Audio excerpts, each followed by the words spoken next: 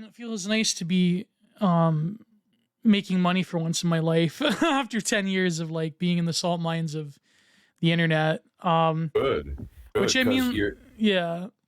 Go ahead. I'm sorry to interrupt, but like, just so I don't come off like a spiteful, vindictive prick on the air, but like, you know, you're manifesting art as close to entirely on your own terms as you can now, because like, you know, I don't listen. Like, Lev's a good dude to the degree of which like meeting someone beyond hi, how are you at a party.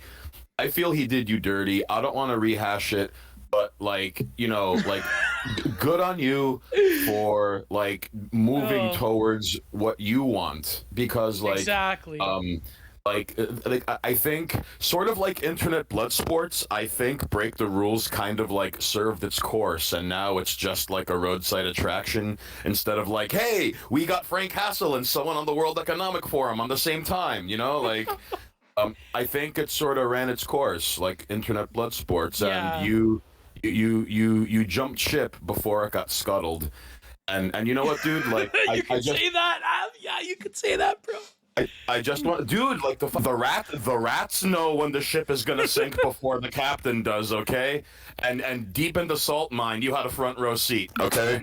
So, like Barabbas in a way. Yeah, but I will say though that like, dude, I'm proud of you that you're like you to the best of your ability, you yourself, scaled the mental hurdle in your wall, and you're making.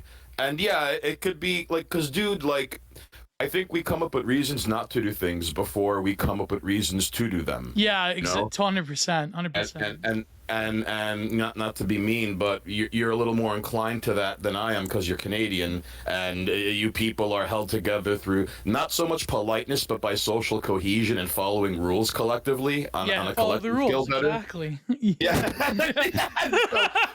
But honestly though, man, like, you know, first of all, like, you've been a proponent of my nonsense since we first crossed paths online. Yeah, a few years ago, actually. Yeah, I met you on a Break the Rules stream, and in fact, I remember it was an arts and crafts stream. I was like cutting up flyers. Someone was doing something else, and you were doing a charcoal sketch of a Waco standoff. And I was offended by how, like, I remember thinking, like, is this pre-taped? Is this sucker doing this live? Yeah. And you know what? Like, it was a weird. They were all live, by the way. They were all live. Yeah. Really? So to see you like move forward and make and explicitly on your own terms, like, I'm proud of you, dude, and that makes me want to like get my. It kind of helps reignite the fire under my ass, you know. And there are like so many things that weren't in the cards for me. Like, dude, I just wanted to sell shirts and put up flyers because I have a irreconcilable grudge and axe to grind, and flyers were the only outlet in the end, you know? And we'll get into that. We'll get into that. Yeah. The thing is, man, I'm just blown away. I'm stunned. The thing is, I think that, okay, like, apart from the material issues of, like, you know, what went down, I feel like a lot of that type of era of discourse is like sort of dying, or it's dead, or it's sort of like zombified. I feel like having random people together in the same conversation, sort of like staring at a wall and like throwing various noodles at the wall and hoping it sticks.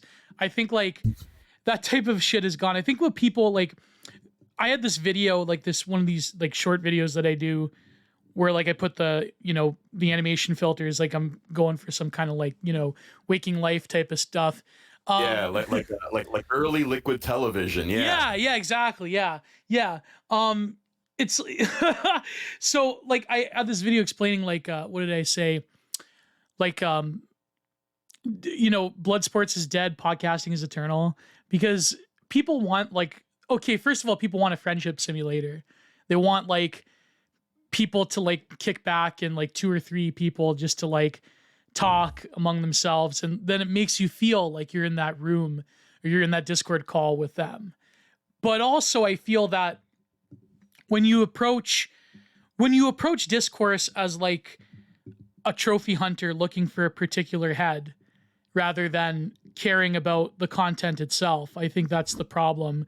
Like, it's good, like, you know, it is exciting to, like, you know, have bigger guests and to have people flock to your show and to have a lot of viewers, and like, yeah, that's great, you know. Like, I mean, there's some like semi bigger people I have in mind for my podcast, but the point being is that, you know, if that gets in the way of like the content that you're creating, like, I know this is sort of meta, I know people like maybe aren't going to relate to this part, but just like really quickly, you know, the content, at least in my philosophy, is that should matter. And it doesn't matter if someone has like 500 followers on their account or like 500,000, you know, because I've talked to like people with over 500,000 views or like subscribers or whatever. And it's like, sometimes those conversations aren't that exciting as like someone, yeah, it's true, as someone who has like 500 followers. And yeah. And I know like people, my theory is that when you get bigger, then people will like fastidiously go through your back catalog. Like, and so even if an episode doesn't like reach the potential of like, you know, like as many views as a bigger, quote unquote, big account or bigger guest, then it's like, as you grow in popularity, I feel that, you know, people will go through your back catalog and they'll appreciate it more when they discover someone on the new. Like, you know, I don't mean to like toot my own horn, but like, I feel like I have a sense now that I've been doing this for so long that I have a sense of like people that can make it like really big. Like for example, like I remember when you, like years ago, you were like one of my loyal GeoCell Army followers. And I remember like seeing what you were posting. I'm like, this guy can create a brand. This guy can go like, okay, creating a brand seems like very mercenary and cynical. But what I mean is like, you can craft an identity around what you're doing, and you could do it because you have an aesthetic, you have a message, you have like all the metric of like, even if you keep getting banned, which I mean, unfortunately you do, but they reinstated your account, but we'll talk about a little bit about that. Yeah. But, oh my sweet Jesus. I would love to touch on a Groundhog's Day, Mrs. Doubtfire remake soft reboot, where I had to keep going in through the service entrance with the custodians, busboys, and giant screaming deaf guy in a tuxedo who blew my cover every time. We could get into that. Yeah, you having to slam SIM cards into your burner phone. Like, you know, but don't judge. Yeah, like, but people like you, who else, like 17th century shy poster. I remember when he was like little, and I'm like, this guy is gonna be a prolific thread man. There's this other guy that I'm gonna interview here soon. What's his name? Forrest. He has like a very interesting story with his university, but like he's another one who's shaping up to be a prolific thread man. Like, there are people that you can almost sense, and there's people that I feel like you can get in good with in the beginning, in the ground floor, and like even if they snake you later on, whatever, it's like that's the way you do it.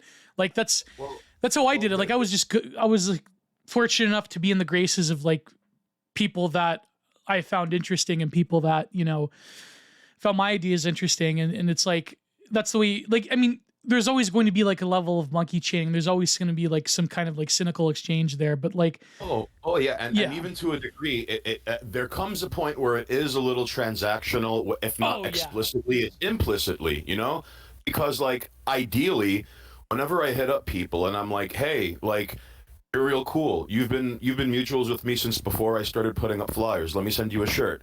First of all, like, I'm bewildered and amazed how 9 times out of 10, a complete stranger in a luchador mask who talks like he's got a chip on his shoulder, 9 times out of 10, people are like, yeah.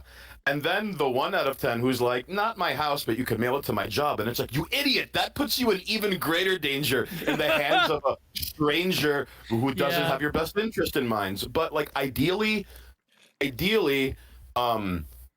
know, people are receptive to such a thing, and if it's just giving it to them as a way to say thanks is very fulfilling on a personal and, dare I say, like, professional level. Because like there's this poet named Jose Marti, and he's best known for saying "Lo manera más mejor a decir es hacer," which is Spanish for "the best thing to say is to do." Now that isn't foolproof. But it holds a lot of weight and utility, you know? Like you know better than anyone else. And like how would you feel if I got you like some Hallmark card like happy birthday Geo? And even though I do everything on MS Paint, wouldn't it feel more like significant if I handmade you a card, even Yeah. though I have zero like drawing skills and it looks like horrible stick figures and my left-handed doctor's like chicken scratch handwriting? That still holds more weight than a Hallmark cookie cutter card, you know? So, you know, to express my thanks to someone and send them something like, hey, like you've always been hip to what I put, and you know, hey, like inadvertently you've gotten eyes and ears on my channel, you know?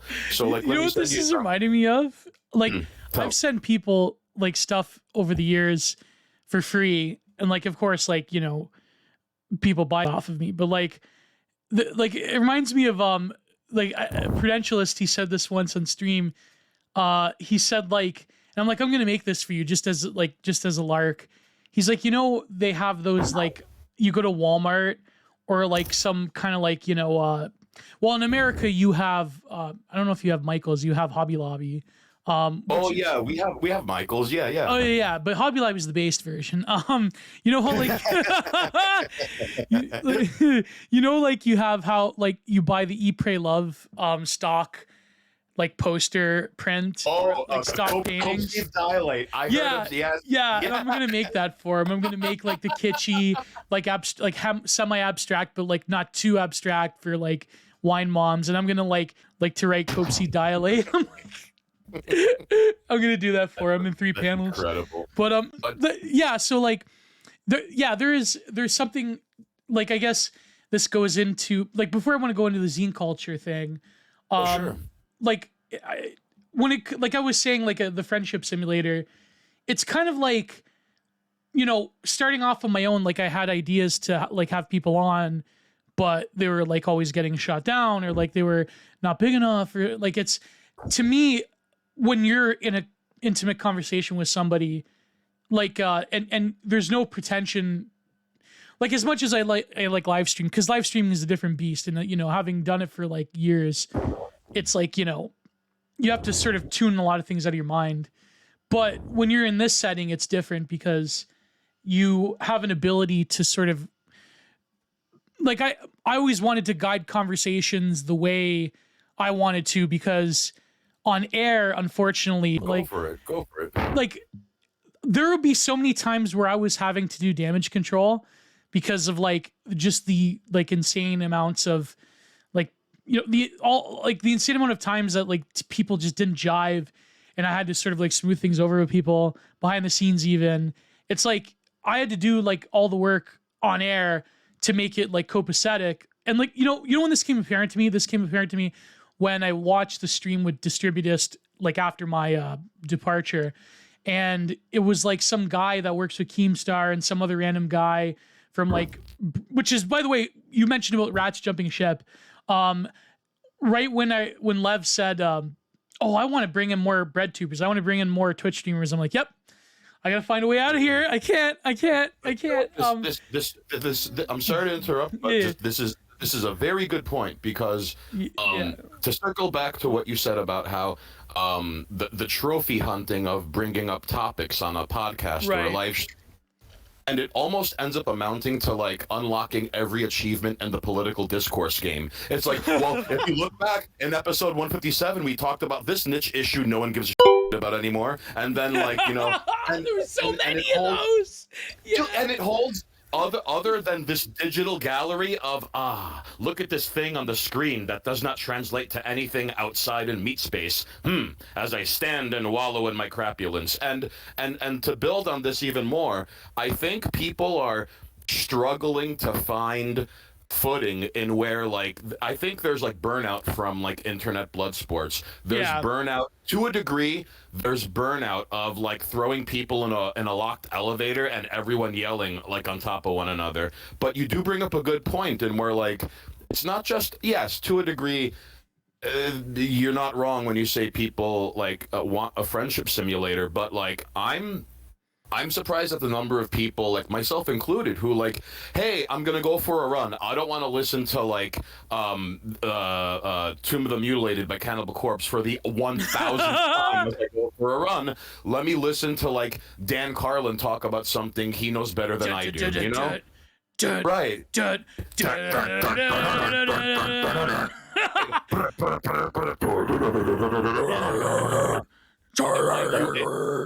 I can do early Chris Barnes. I could do like late. I could do even later Chris Barnes, like 6 Feet Under, like what was that one song? You like But anyway, I used to be in a death metal band, by the way. But really? Yeah, long time, many moons ago. Yeah, I can. Oh, no, but I must admit, I'm very partial to George Fisher because he's one of the few death metal vocalists who sings from the diaphragm and not the throat. Yeah, exactly. So he always sounds like this beast thundering from down the mountain, like running at full speed downhill, instead of this thing like clawing its way from the soil. You know, yeah, like because a lot of them, they go through their head like what I mean by going through your head is like you're consciously thinking of the different like vocal tonalities that you're doing, like, but some people are like amazing at it. Like one of my favorites, even though like you could tell he's kind of like, you know, like a lib, is Travis Ryan from Cavalry Cap. Like he can do so many different things with his voice, but like George Fisher just guns it every time. Like maybe not so much recently, but like the old stuff, like, you know, they deserve to die. Like, they deserve to die. Like that was, that was amazing. Like that. So like I totally get it in where people want, you know, something to. Oh, we're going back to the conversation because I talk about death metal for like, I'm planning a death metal stream with Astral actually. You know what? Before I run my mouth, cut you off though. No, don't even worry about it. Real quickly about death metal, one of my favorite details about death metal is how, like, so there's a band called Death, and the frontman was Chuck Schuldiner. Chuck Schuldiner, right? Yep, R.I.P. And it's so weird how whenever I bring up Death, because of that documentary about that one proto-punk band, everyone thinks I'm talking about them. And then when I start talking about, like, you know, the album Human is like 40 minutes of boss fight music back to back to back. And the subject material doesn't have anything to do with, like, wizards, Iran, hobbits, the military-industrial complex. No, it's about, like, this is what it's like to get cheated on. This is what it's like for someone to, like, get what they want, but like through your misery and suffering. Yeah. This is what it's like to be like, to find, like, when you realize your mortality during quiet moments of thought, you keep pushing away. And first of all, that's very heavy topic matter. That's almost like evergreen in a Dark Side of the Moon kind of way. Like, unless you live in extreme poverty or in extreme wealth, you will go through these things that are being artistically presented to you.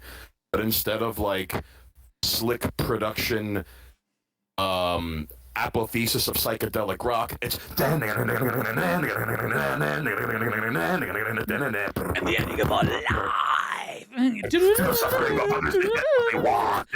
of our life. Right. So then, Human was like one of my favorite Death albums. Like because it spawned so many different great stuff. Like it spawned like Cynic later on, because then Paul Masvidal and Sean Reiner, you know, another rest in peace, Sean Reiner, they went on to produce Cynic after they were on Human, because like Chuck wanted them to like stay on to Death, but then they like went their own ways. And then the story goes actually that because they were touring in Europe for Death, what happened was they were going to go and make Focus, which is the marquee Cynic album.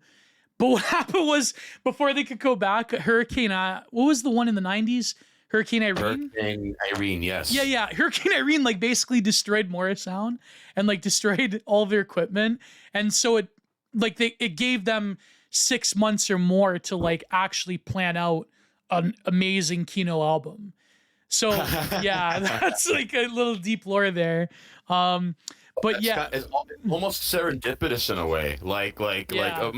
First of all, nature. Even though history is the ultimate shitlord, nature is the ultimate fascist. All right, and you cannot bend your will around it like the truth. And evidently, Mother Earth wanted that album, that keynoest of keynote albums, to happen. Exactly. But what I dig about death. Us ecologists are the real fascists. Yeah. We're like, it's not just human, but I really, really love individual thought patterns. Yeah, that's probably apart from like Sound of Perseverance, yeah, I mean all the later ones, but like individual thought patterns has its own like unique timbre to it. Yeah. And what I love is like not to be okay. I don't mean to come off as like mean or spiteful or vindictive, but the lyrics to the philosopher are more relevant. Okay. Describes 90% of Twitter right now. Dude. Ideas that fall under shadows of theories that stand tall, thoughts that grow narrow upon being verbally released. Your mind is not your own. What sounds more mentally stimulating is how you make your choice. So you preach about how I'm supposed to be, yet you don't know your own sexuality. And people thought that was actually a dig at Paul Masvidal, by the way. Right. But it's crazy because like I few things stand the test of time like a good like set of lyrics, or like in fact like when I reread your piece in Ending Bigly, one thing I was reminded of like the because you kept invoking the sacrifice with which Trudeau was asking of his country and citizens. Oh yeah. You see, I forget half the day, right? Because a lot of what I read is almost unconscious in a way, but like but like I was reminded of the song Sacrifice by Flipper, where like more or less dude, like hear me out. I'm gonna torture the listeners at home and abroad for just like 40 more seconds, okay? Can't you hear the war cry? It's time to enlist. The people speak as one. The cattle, the crowd, those too afraid to live demand a sacrifice. Can't you smell their stinking breath? Listen to them, wheezing and gasping, chanting their slogans. A gravedigger's song, demand a sacrifice. And it's sad how like people who made things in the absence of mainstream recognition toiled away in near obscurity, really, and left behind gems that almost serve as like a frame of reference to the present. And to kind of circle back to something you mentioned, like I think when people are like toiling away in darkness, much like sending someone a shirt in the mail, it was like it's something that must be done so they can move on. Yeah, exactly. It's not like they're toiling for the sole purpose of like, oh, well, you know, the Twitter discourse is screaming about drag story hour. Better do a drag story hour themed thing and hope like there was literally so many streams like that. Like just like to get back to FTR. I love how I beat that into existence. Which real quickly before I forget, you did.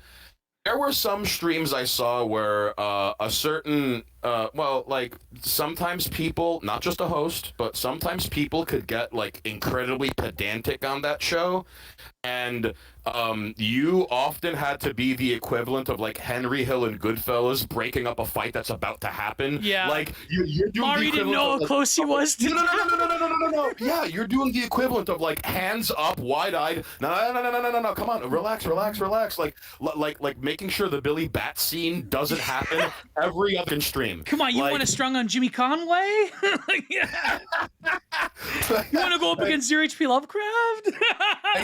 I mean, like, even the blue ticks are afraid of him. He's a made man. Like, yeah. Right. So no, I just wanted to throw that out there because, like, there was a lot of emotional labor and unpaid it was emotional labor, bro. Yeah. See, it's just like, and then you got to vouch for people you've never, and that's because, like, on one hand, it was beautiful that two people from different corners of the earth could get totally this thing different. in motion. Yeah. All right.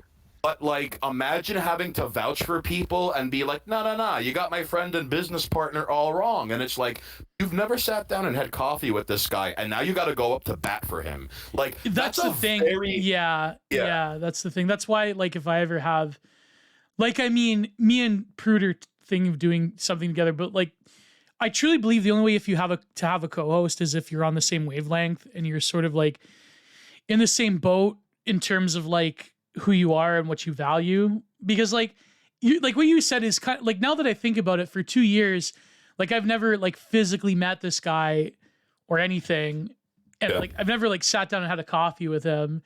Then it's like, you know, you have to like go. And that was another thing too, is that like, oh, you don't defend me, my chat always insults me. It's like, you don't defend me. It's like, bro, I defend. Like there's been like, you know, I've actually like, not to get into specifics, but like I've like lost opportunities because, you know, like, you know, the way things are, particularly in certain sectors of the right wing on the internet. And it's like, I can only, I don't have to like, for YouTube purposes, I don't have to like spell it out, but you know what I mean? Like I mean, and sometimes all it takes is a surface level glance of like why is he even taking time out of his day, like because then the position you're putting yourself in, where it's like, all right, why is artist guy talking about this shit, like, and sometimes that's all it takes for someone to be like, I'm not interested, and like that, and until they're corrected, they hold on to this preconceived idea of who you are, where you've been, and what you've done, just because you went to bat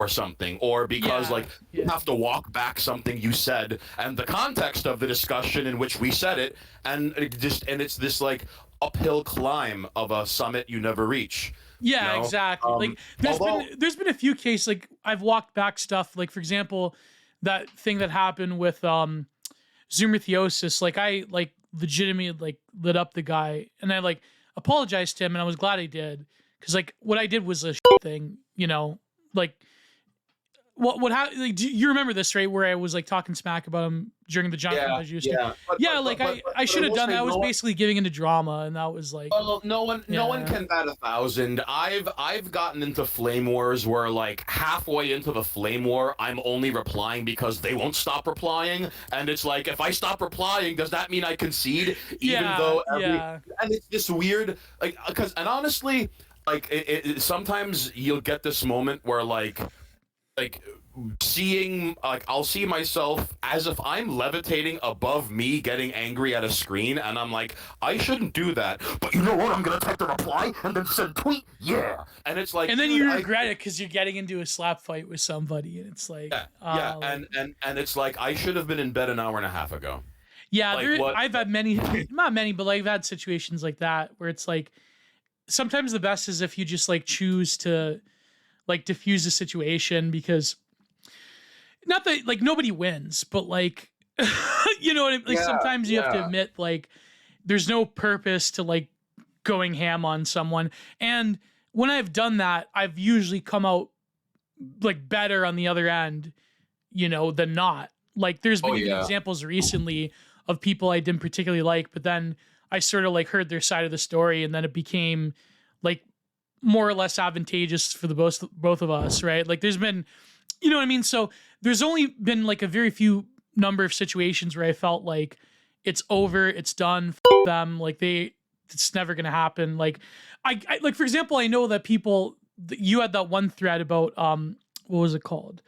Look and move on, like acknowledge it and move on. Notice and move on. Yes. Notice and move on. Yeah. And I know that, like, I guarantee you some quote unquote big accounts would probably like look at that one. It's like, oh, this guy's insulting me. How dare he? Like, it's, how dare he, insult my ability to post, like something like that.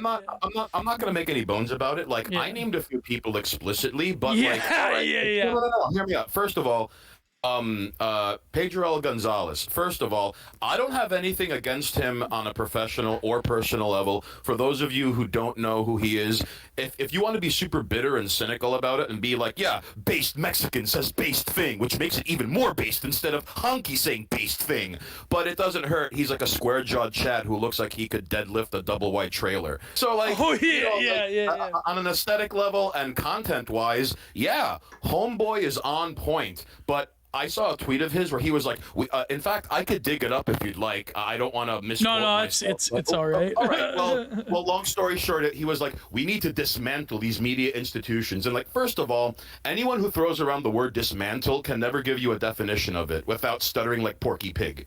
Second of all, when they tell you dismantle, okay, how?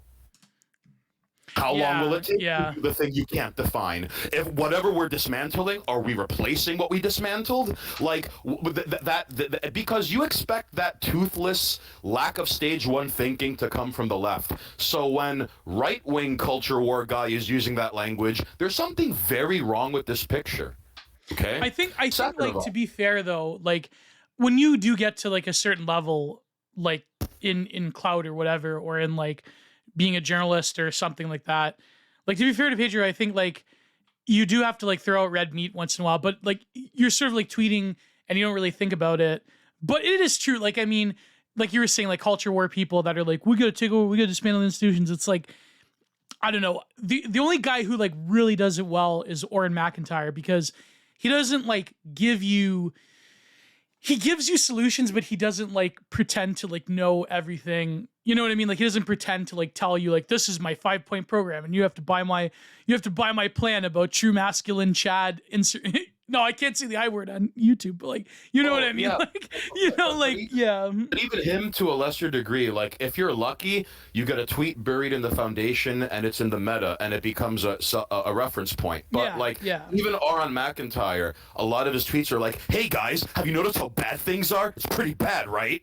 And like, that's like, whoa, you're saying things people would have agreed with you in the first place and things they already know. Wow. Like, and I'm like, I know he's done a lot of good work. But we've all done that. That's the thing. Like I do that all the time. So oh, right. But it there's never like, the point of that thread I made is that no one with a platform or an audience ever says, volunteer your time and energy to a cause you think is good. Or, you know, all that clothing and canned food that goes untouched and you probably hoard it because you're the child of immigrants and like, you know, jarring like sudden changes in life like have left psychic scars on you, so you're like a low-key hoarder even though you've done better than okay for yourself. Yeah, that clothing now I you understand my worn, mother actually. Holy crap. That winter jacket you haven't worn since 2007, even though it fits you, give it a charity.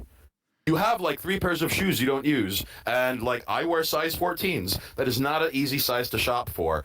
Hey, those sneakers you don't wear because you think they're lame, but like you're the child of immigrants and like you got free lunch in high school because like, hey, that means like, you know, you qualify. Your parents qualified for like food stamps but didn't take it to be an example to you and your brother. Yeah, that does to you. Like holding on to sneakers and winter coats that take you years to finally scale that mental hurdle to give it away to charity. Like a lot of these culture war guys, left and right wing, but right wing in particular, all right, they never seem to give it's like the Rally to Restore Sanity by Jon Stewart. It was just hey guys, have you noticed how bad things are? Like, because right after the Rally to Restore Sanity, nothing happened. The evil Republicans won the midterm election, and like at any point, Jon Stewart could have just been like, "Go vote, go and vote for the Democrats right now." Right. Which he did later on, though. Like he did, like that's the whole meta of like the Daily Show culture. But that's because, like, he dropped the ball because he was like, I'm going to cry in the Rally to Restore Sanity. And then the next episode of The Daily Show is like, grumbly grumble, Republicans win this time. And it's like, you could have said something, but you didn't. Oh, you just need 2 more years of material. Oh, okay. Yeah. Okay. It's just that's the cynical equation of, yeah, you're right. Well, and then on top of that, all right, like no one with a platform says things like, hey, a lot of people in local politics run unopposed. That's how they end up in places like the school board, how zoning laws are drawn up. Like, you ever wonder why politicians have the mailing addresses of real estate firms in every state in America? And, like, there's the back and forth of money and favors between them? You know who's kind of responsible for that? Whoever sits in the Chamber of Commerce. And, like, no one like, there are these, like, or for example, no one with a platform says, hey, like, there are other elections beyond the 4-year pay-per-view presidential pro wrestling election. Congressmen, senators, no one, no, but it's always just like notice and move on. And I know that's a very reductive way to look at things, but like even like it almost like because like I'm not. This probably makes me come off like a shrill and pedantic person, but like don't make me tap the sign of the screenshot of my tweet in the Simpsons joke, and it's like, you're gonna get me into trouble, bro. You're gonna get me into trouble. No, listen. Let no one take the blame or heat for any of this but me. All right. The views of Stained Hanes do not reflect Giant Geo. Comma LLC. I just think it's like. No, listen. No, listen, it is true. Like, I mean, if you do pull back, I think even like Oren would admit it himself. Like, but it is like effective agitprop, and it is like a very like easy way for like a huge number of people to like be aware of like the real intent behind things. But at the end of the day, like, I mean, it is like a banger tweet, and like if it translates into like actual action, like that's another issue entirely. Like I think, I don't know. All right. You know what I mean? Like there always is going to be like that weird sort of alchemy between the virtual and the real unfolding into each other.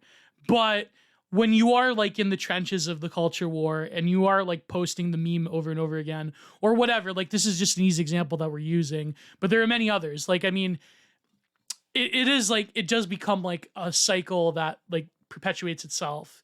And beyond that, it, and it can potentially just create its own like enclosed thing. But I would like to believe that the tap the sign meme of that particular Oren McIntyre tweet actually did probably convince like a parent or two to like seriously examine what their kid is doing in school. In fact, by virtue of it being buried in the foundation and like a true meme, it is propagated outside of its ecosystem, independent of its source. And I know like I'm just I know I'm just politicking right now, but like I think like Oren, like he's a good enough guy to like to take criticism fairly. And I think like I mean, because there's other people that I know, not to name names, in the online who like they can't handle any like little amount of criticism or else. But I think Oren's a good dude, and like I mean and I don't like Oren, if you're listening or if someone brings this to your attention, like I got no beef with you. In fact, I would argue that part of the problem is that like tweets are an ineffectual way of communicating nuanced views on issues that cannot and should not be reduced to simple pithy slogans that make the rounds. But like even people whose accounts like I won't name names because everyone can say this to varying degrees, but as soon as you start talking about socio-political things, there comes a point where it just amounts to like both sides do this. Like they pretend they're not shitting in a bucket and wafting the stench into their face. Like, all right, like I think and I think a lot of it's because at the end of the day, I mean, the culture warrior on the right, like I think like with a lot of them, like they're smart enough to realize that this is just an unfortunate manifestation of our current moment, that all politics and all life is boiled down into just like sloganeering and frenemy, but also like sloganeering and counter sloganeering, and that really the vast majority of people can't comprehend like an elaborate, nuanced sort of Okay, like I'll give you an example. All right, I'll give you an example of something culture war never touches on. Okay, for example, I imagine while I'm not saying every country can easily compare this to what's happening in their neck of the woods, but here in the United States, first of all, maybe what's happening in America today will seem funny to some other culture in the future, but in the meantime, like for example, like the middle class is on the endangered species list in America. Oh yeah. Like and ever since 2008, like you can't fix a problem you're not allowed to talk about. So like for example, like have you ever seen The Thing by John Carpenter? Oh yeah, I've seen. Right. So evidently evidently, this recession, quote unquote, that we've been in since 2008, it's like The Thing, where it constantly takes shape and it cannot be like, it's always in the background and you never know where it's going to be, and it's getting everyone to live on pins and needles and eggshells, and it always manifests into something different, and you never see its true form, but it gets stronger with every life it claims. But also the perpetrator of it is different each time. Like now it's a Putler, but or it's something else. Yeah. Right. But the problem though is that, like, okay, if so, like, we've been living in. Here's the thing: like, you can't fix a problem you're not allowed to talk about. So I don't know, Gio. Like, you're a smart guy. What sounds good to you? The Greatest Depression. The Great Depression 2.0, the Second Great Depression, the Big Sad. Like, I don't know what we call it, but we have to call it something to move forward. But no, like Big Empty. We're gonna call it that. Big Empty. Good. Good. But the thing is, it's like people are living with the psychic corrosion of economic uncertainty, and, like, first of all, like, debt changes how you think and act and feel about things. One day there will be an academic study that proves this. Okay. Second of all, there's gonna be no happening. The grid isn't gonna go down where you have all these, like, wannabe tough guys who are like, yeah, I'm gonna be driving a Maserati down Park Avenue with the scalps of Goldman Sachs vice presidents on the grill. Nope, that'll never happen. In fact, I'm the base epic warlord. Like, I have a cowboy hat and I tell people about masculinity, and I'm gonna, like, take my Bushmaster and, like, conquer a significant portion of the United States or something like that. Yeah. Yeah, no, it's gonna be like that poem by T.S. Eliot, The Hollow Men. You're just getting. We've been living that filled way. With straw, exactly. Yeah. Yeah, just getting used to paying more for less, diminishing returns in your life and the things you apply yourself towards. It's gonna be. We've been living in it, but as long as we don't call it what it is, we cannot. Kind of like a particular. Like, we could touch on this later, but real quickly, page 99 of Ending Bigly, eh? Quote, a very left liberal, open parentheses, libertine, close parentheses, social order, complete with gender equality and special rights for Brahmin caste identity groups of the sexual variety.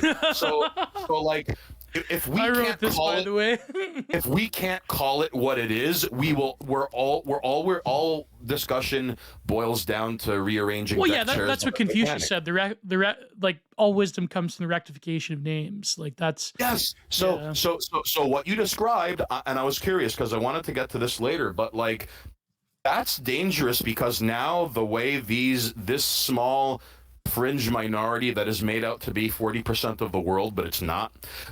When they start carrying themselves and speaking on television and in public the way they do online, there is only a matter of time until there are repercussions to that, and then there's going to be this, like, but Twitter is real life, so how come people outside of Twitter respond so angrily at me saying things that are objectively false and easily misproven? Right. You know? Right. Like, and so but anyways, like the point I'm trying to make is that, like, oh no, go for it. No, you go. Then I have a point about that, but, like, so like, I hope, like, again, I just hope I pray that people don't, like, construe this as us talking about people, but, like, no, because I consider Oren, like, a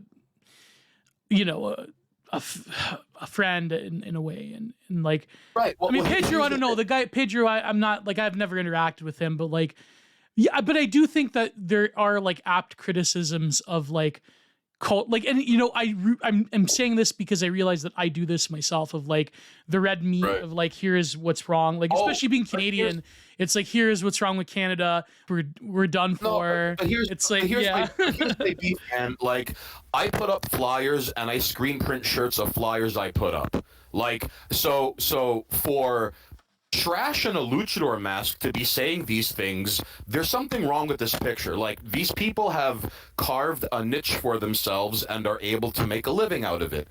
Good. However, like, for people who talk about politics day in and day out, You want to know how many of them ever talk about local politics? None. At least as far as I know. Like I'll give you an example. Local politics is how like we legalized gay weed in America with varying degrees. Thank you, because some people never get that joke, and when I say it in person, they look at Oh me man. like just in the corner. So like, it doesn't matter how you feel about gay marriage or legalized or decriminalized weed. It doesn't matter how you feel about it because it's already done and the after effects have been in motion for a while. Like, such things are not a one in a zillion event that only happens when the planets align and you sacrifice an animal of four legs onto the altar of a god who is dead but still dreaming. It happens off this site. It happens in people's backyards. Dude, for example, like things like for example, let's say in a small town somewhere in America, um, a car wash was about to be built and a convenience store, all within a quarter mile from a community. And then, like, people showed up and made noise about it. And then the matter was, quote unquote, tabled by the developer, and the county commissioner will not go forward. And, like, you know what? You know what that didn't entail? Talking about it online and people going, yeah. No, it's and I know this makes me come off like a fourth rate child of immigrants Red Foreman from that 70s show going like, you're a dumbass, and like, yeah, but like all the jumping up and down on Twitter doesn't amount to all right, like insurrection It in the does in voting a booth, way, like it does in a way, but like it up to a point, but that takes a long time for the Ergor to achieve enough like psychical material steam, like the Ergor to achieve enough steam to like go forward. right, But I right, get what you mean, like a good match. Yeah, go ahead. Go ahead. part of the culture war problem is that like it basically amounts to this. Millions are being land transferred out of their property like landless peasants in a banana republic. Yeah, it's bad, whatever, dude. It's always been bad. Nothing ever changes, man. Don't have a cow, deal with it. Is as close to an honest response you'll get in terms of like Well, the because Chapo cells, that's their bit. Like, oh, it's not actually bad. When you say it, like, you're not being normal, bro. Like, my God. Like, just have no, a duber, have like an upper middle class journalist job. yeah, And smoke weed like travel to your bourgeois friends, upper middle class neighborhood in Syracuse on the weekends to have a barbecue. right. Like And that's if you can't, just hang out at Todd's up in Bushwick when it's the nice part of town when you see the Black Lives Matter like signs in front of the buildings Yeah. and on the lawns. You know you're in a good neighborhood when you see in this house we respect science and believe in the science God forbid fairy. you go to the Like, one part of Queens then, or oh, Long Island. oh God, it doesn't. It's scary, man, because like you never see that like. I hope someone can provide documented evidence of saying otherwise, but I've never seen a Black Lives Matter sign in the hood anywhere here in New York City. And I find, and that is the same way you never hear a self-respecting Latino ever use Latinx or Latinx. Never. All right. So just to like put this to rest so this doesn't turn into the Stained Hanes cries about culture war for 17 hours on the air. People only change when they have no choice. Yeah. The catchphrase, the earth is on fire, is cute, but until the earth is actually burning, then one option is to get used to that status quo. All right? And I'll listen to anyone suggesting a solution that doesn't involve this game of musical chairs most people are all too eager to lend themselves to. I think people should be able to voice such things without fear of reprisal, or worse, sounding lame to their peers and constituents. Yeah. I remember a certain Mongolian basket weaving forum once upon a time was the only place I ever saw a black nationalist, a Zionist, and a neo-Confederate sit at the same digital table and be like, this Federal Reserve stuff sure sounds kooky, huh? Like, it's just because without the phantom of your peers and constituents, like, bro, what are you talking to that? Don't you see that guy's mutuals with some dude from Chapo Trap House? Why are you even listening to him? And it's like, but he's making sense. Yeah, You know? I've gotten that. I've gotten that a fair bit. Like, I mean, Yeah, and like the left used to be fixated on proving they were right, which is now what the right does all too eagerly. The right-wing culture war guys, like after retweeting something they agree with, they beam with pride like a father watching his son hit a line drive in his very first Little League game. Like, be like, the man with the large following says something I agree with. And that's it. It's culture war guys are at worst the ideological version of an e-girl. Oh Like, my god! I think you I'm know, gonna have dude, to paywall this segment, Stan. at least Bronze Age pervert told people to get in a good workout before they post online. Like it just, and because like it all boils down to notice and move on. All right, like hear me out. At least Bronze Age pervert told people to get in a good workout, and by virtue of this, he is miles ahead of any palette swap of these undignified carnival barkers with surly opinions on things that are no more than patting you on the back with kids' gloves when you agree. It fosters a cycle, no matter how minuscule it seems, of bettering oneself and bettering one's surroundings. It is paramount to meaningful growth and change, because repetition works. That is how the most vile becomes acceptable and commonplace. But, like, you know, doing jumping jacks and doing push-ups until your arms feel like jello before you post online, that is so much more meaningful than, look, Mom, I posted it again. You know, like... It's funny, though, because the guy that's currently in a war with BAP, like, he at one point, and I will give him this, not to name names because I'm, you know, I had a few streams on him and I want to encounter the Eye of Sauron, but he used to at least, you know, say that maybe these Zoomers should like get into politics and like, you know, have politicians be swayed to more nativist agenda. But then, you know, that descends into like creating a cult of personality, and then like I'm feeding into the drama and then like, you know, sacrificing optics for, again, slap fights with other e-celebs. And like to an extent, like, I mean, even BAP does this as well. Like nobody's like totally 100% a saint in like our sort of like post-frog Twitter years of the internet that just happens to occupy a very interesting and stimulating avant-garde that unfortunately is like subject to like forces of various like, you know, cults of personality and reification and like faction wars that never go anywhere. It's kind of like, you know, I always say it's kind of like New Japan Pro Wrestling where everyone's in a faction and like, the faction wars are endless. If Suzuki-gun isn't going after Los Ingobernables de Japón, then it's like, you know, Los Ingobernables is going after Chaos and Chaos is going after Bullet Club. Bullet Club is going people after... are getting buried against their will. And And then people switch sides and like, you know, Yujiro betrays Naito to go to Bullet Club. And it's like, you know, AJ Styles gets deposed because of course he had a big fat check going to WWE. So, you know, Kenny Omega deposes AJ Styles. Then, of course, Jay White deposes Kenny Omega. It's like, you know, who's going to depose the next, like, big faction in, like, the culture war sphere? Like, I think that is a valid criticism. I think, like, even people who are the quote-unquote, like, I mean, to an extent, we all do this. Like I said, like, I do this as well. I'm consciously aware of the fact that, like, a lot of my tweets are just me, like, griping about things. But that being said, I mean, there is like a meta to it. Like there's, what was I going to say before? The local politics thing. Okay. You want a good metric of this? And here in Niagara, you know, this is like, you know, I do this all the time. It's hair raising. Mm-hmm. Go look up the Twitter accounts. Like go to like the local municipal council website and like see if any one of the council members has a Twitter account, and then go to the Twitter account and view the markers of like here, like the bigger city next to my town.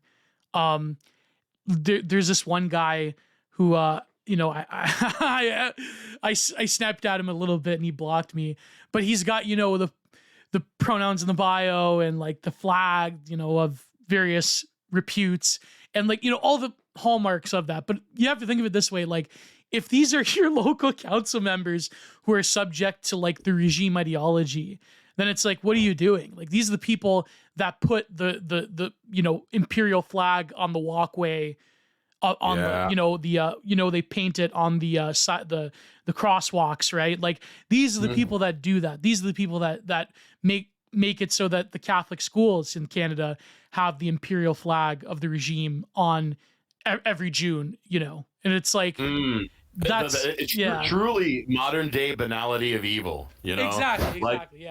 because when people think of government, they speak of it like this nameless, faceless entity, as if it is a building that uprooted itself and is leaving destruction in its wake as it lumbers across your country and mine, like a pandemic of monolith entities roaming around, Like Day of the Triffids or something like that. right, Yeah. but it's people. It's people, and at the lowest level. And I'll wrap up this is the point I want to make about culture war stuff. All right, rather okay. You notice and move on. Like okay, because a step when working towards anything resembling meaningful change. Step one is raise awareness. That's why, like all charities, we're raising awareness for the plight of like the albino dodo frozen in amber in the Himalayan In the mountains. eyes of an angel. Here's a sad dog. Oh no, the kitty. No. Dude. Maybe this is The being kitty's raised on the missing an internet. eye. Yeah. This is maybe being raised on the internet, but like as soon as the no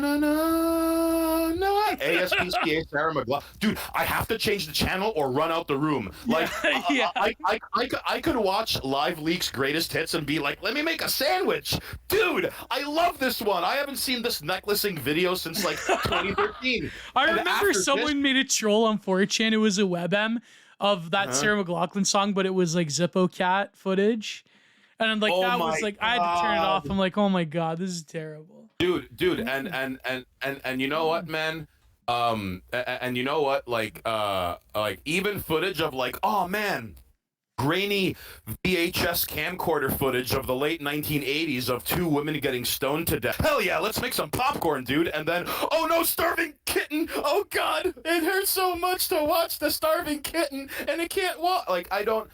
Like I swear to you, man. Like animal, and I think it says more about our culture than anything, and where we have a stronger response to like animal cruelty videos than watching the elderly getting put into comas in broad daylight.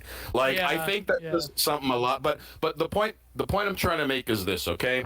To enact any meaningful change, yes, raising awareness, that's step one. But very few people ever speak of step 2 or 3 or 4. And on one hand, yes, you do not want to be personally responsible for people. Like, imagine someone does something egregious and terrible, and then they're like, it turns out he followed very prominent right-wing culture war That's guys. happened. That's the thing. It's happened though. Like that's when people do like cross that step, not to name groups, but like it's been a disaster almost every time. That's the problem. Like not almost every time. Like there are people that do like smaller things that actually are like quote unquote our guys in local politics, but on a whole, like in terms of organizing a demonstration or something, that's never gone very well. I mean, in North America especially.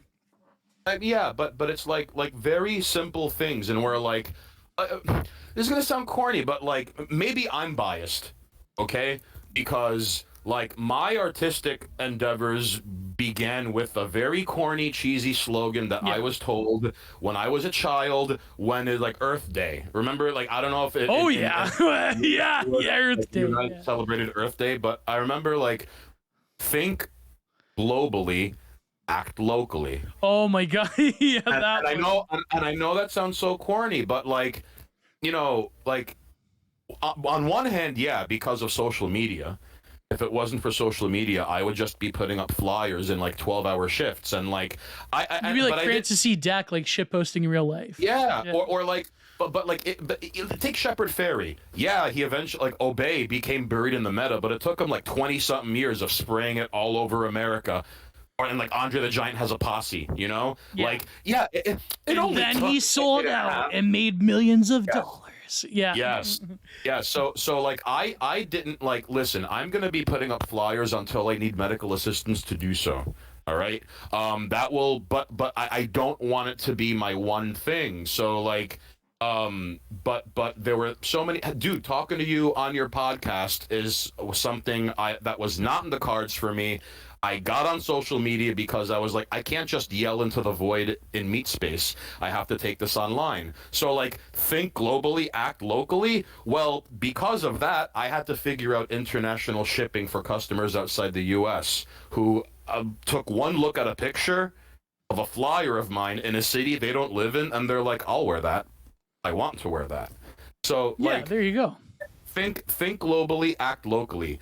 If and I hate to say the like, if I could do it, anyone can do it, because it's abundantly clear not everyone can do it. Never mind that, like, as an artist, I'm sure that's the worst criticism I bet you face, where it's like, huh, look at them do that, anyone can do that, and it's like, no, they can't. That's like the cheapest, most dismissive, backhanded explain away. Like, but because, and I think that comes No, from it's people. not everyone. I think the problem is that there's too many people that think they can do it, and then like, I mean, kind of like how like mildly attractive girls think they're supermodels and then cry in Japan. like yeah, like mid. what's her name? The Hawaiian slash. Well, I can't say it on YouTube. The Hawaiian slash that nation of the Middle East person that blew up for the mommy GF TikTok, and then like she posted that selfie. Like, people think I'm mid, and everyone's like, yes, you are mid. But like, Yes. the mid, okay, the mid thing. You know what's funny is that, like, in some weird ways, like, there was that one video she did. I said this to Prude in private. I'm like, that one video she did where she's like, I'm an extreme Chad witch. She's like, you know, I'm putting hex on you. If you catcall women, you're a beta. If you catcall girls, no one's gonna mate you. And you could like tell with her like frumpy, like, you know, her frumpy features and her like, you know, mild halitosis tongue. It's like, I knew women like that.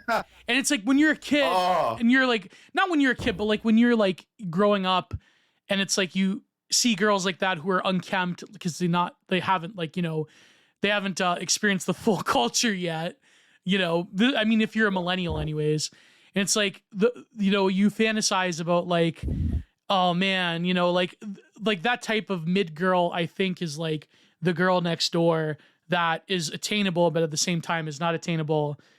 And it's like, there's a power to the mid. I think that's why the mid is such a powerful discourse thing, because it's always like this, like with all things millennial, it's related to a time before, like, just the girl next door, like before the internet, before she became an e-girl and like sold herself on Instagram for clicks, you know. In fact, I think it's kind of funny how in a culture of everyone, like if this girl opens up an OnlyFans, it's all over, bro. It's all over. It's so fucking over. I mean, listen. I think that it's weird because like mid does it, like the word mid is an excellent litmus test, because like if you were to call something mid, like, all right, like meatloaf with vegetables and mashed potatoes, like that's pretty mid right there. Well, compared to something like, you know, lasagna with a Greek salad and some shit like that, like, yeah, that's like pretty mid. But like, could I live off of meatloaf, mashed potatoes, and like mixed vegetables like for an extended period of time? Like, sure. Like, mid doesn't if you're necessarily... a white person, sure. Well, I mean, hey, bear with me. Leave the honkies out of this. It's not their fault, all right? So like, I think mid... I think because like there's no middle ground to things anymore, you know? No, so, never. All of society is becoming like, right. Yeah, this is again, like we were talking about the economy. This is also Brazilification. There's no middle class whatsoever. There's just really rich and like lesser degrees of poor, like that. Right. So mid ends up becoming like, well, you're not light speed ugly, but guys aren't going oh god and wolf whistle when you walk by. So that means you're hamana. Yeah. Right. That doesn't necessarily mean it's a bad thing. It's just that, okay, you're not light speed ugly, and like, you know, dogs aren't dying in your shadow, but at the same time, like, men and women aren't walking into lampposts when they make eye contact with you. Yet somehow falling in the middle of those two things is abhorrent and a nightmare for some women, you know? But anyways, that is even more crushing than calling a woman ugly. Really? Oh, right. Because right. Like, with ugly, there's a plausible deniability there. Like, there's like you can reject it, or you can like embrace it as a fetish thing, or like you can play it off. But like when someone calls you average, that's like, that's even more devastating. It's kind of like instead of calling a woman an unt-K, for lack of a better term, instead of calling her that, if you call her a pig, it's like a secret C word to them. Like, because like that word hurts more than calling them an unt-K, all right? Yeah. So in the same way that, like, if you were to call a woman ugly, then you could take that and spin it any number of ways. Like, I've had men tell me otherwise, so life experience tells me you're wrong. Or what if, like, you know, what's ugly to you might be pretty to me. Exactly. You know? Yeah, but like, average is like that. There's no like growth, or there's no decay in that. There's just like the eternal present, eternal now. Oh, like right. So just one last thing, and I'll put this to rest with culture war, and we'll move on. Just bear with me, okay? All I'm saying is, anyone with a platform, like, they have an advantageous position to tell people something to the effect of like, hey, like, even if it's one day out of the month, like, if you really feel like, you know, hung up on these things that get you upset, because this gets me upset, and not do something about it and like go reenact Postal on PC. No. I don't mean that. Don't go reenact falling down. Do not. William Foster is a cautionary tale. All right. But like, volunteer. It doesn't even have to be politically related. Volunteer at a soup kitchen. Volunteer at the YMCA. Go donate clothing you don't wear anymore. Like, go help pick up there's a near infinite list of very lame and boring sounding things that is never as sexy or as exciting as tap dancing on an overturned cop car, or like hurling a brick through a Starbucks at a riot and vanishing back into the crowd, or going, like, taking stock equipment and like going to the blue yellow country and fighting for XYZ rights against the evil Asiatic regime. There are so many things that people can do, and I think, like, part of it is because, like, compared to many other options, it sounds lame. Realistically speaking, it sounds lame, and I think that held back Generation X more than anything else. Yeah, all right? This is lame. Like, right, because, like, hey, it turns out cynicism is not a revolutionary ideal. But there's always there's a limit. But like, there was a limit to that, because I think like all of the Chapo cell like ironists that like talk about like nothing matters, man. Like, that's not cool, man. Like, they do have like a more like their basic moral sense is that of like the current orthodoxy. Because like a good example, and he will be on this podcast one day, is Nightmare Vision, when he like trolled these Chapo, like these, you know, post cave, not cave Twitter, post weird Twitter like ironists with the Floydies and like the Floydy dolls, and like they were like all of a sudden these, like, you know, they have the ironic like Simpsons or 80s trash media, like, you know, profile picture with like all of their like references to stuff that nobody cares about besides Gen Xers. Like, they flip because he's like doing what these people originally do to like other quote unquote important culture war issues. But now when you're doing it to like a living, like not living, well, we know, well, not to say more with that, but like a sort of like modern secular saint, now that he's doing it to you know, the image of Saint Floyd, it's like then they all of a sudden drop the kayfabe and they're like, that's not cool, man. Like when like a hipster irony bro drops the kayfabe to say that's not cool, man, it's like that's even more like all of the irreverence, all of like the like sort of macho bravado that just pours off of him. The pithy air that made you like him vanishes. Yeah, like it's so. That's not cool, bro. That's not. How dare you make fun of that, bro? Like, that's right, like, bro. Like, it's like, yeah. And you know what the worst? And you know what the worst thing is? Even if you point out the pitfall and in what they say, or even if you say something, like, you'll get like, but it's the principle of the thing, which is a weird way of going, I know I'm wrong, but why are you still pointing it out? Stop saying that. Like, it's such a weird, like, concession, or like, like they say something wrong and you point out how it's wrong. Yeah, but still, it's like, no, there is no but still. Just like, look. Okay. If there's anything anyone takes away from anything that has left my mouth about culture war, let it be this. Okay? Collective action is the only possible way to change large numbers of collectivized nobodies rallying to demand what they want, a better cut of the pie and a better world to live in. It's the only thing those at the very top fear, and the only way to get them to negotiate. There must be at least 1,000 billionaires unions, whether the Chamber of Commerce or the gazillions of libertarian networks here in my country, the United States of America. And the only thing they hope and dream about and invest their effort and energy and all their resources is planting seeds into our vain and weak minds that make us think it's lame to collectivize. That's it. That's the only thing they care about while they're plundering away and turning my country into a kleptocratic nightmare. But people, you know, like before we went on the air, I remember saying how, like, we come up with reasons not to do things before we come up with reasons to do them. Right. You know, that mental hurdle, that wall we have to scale behind our eyes. So there, people have to stomach being around others who they might find lame and who might say lame things, and they might make you feel lame. This is and like, you, yeah, this is the. you Yeah, go ahead. Yeah. and they might not agree with you eye to eye on every single thing. I have an example of this, by the way. Yeah.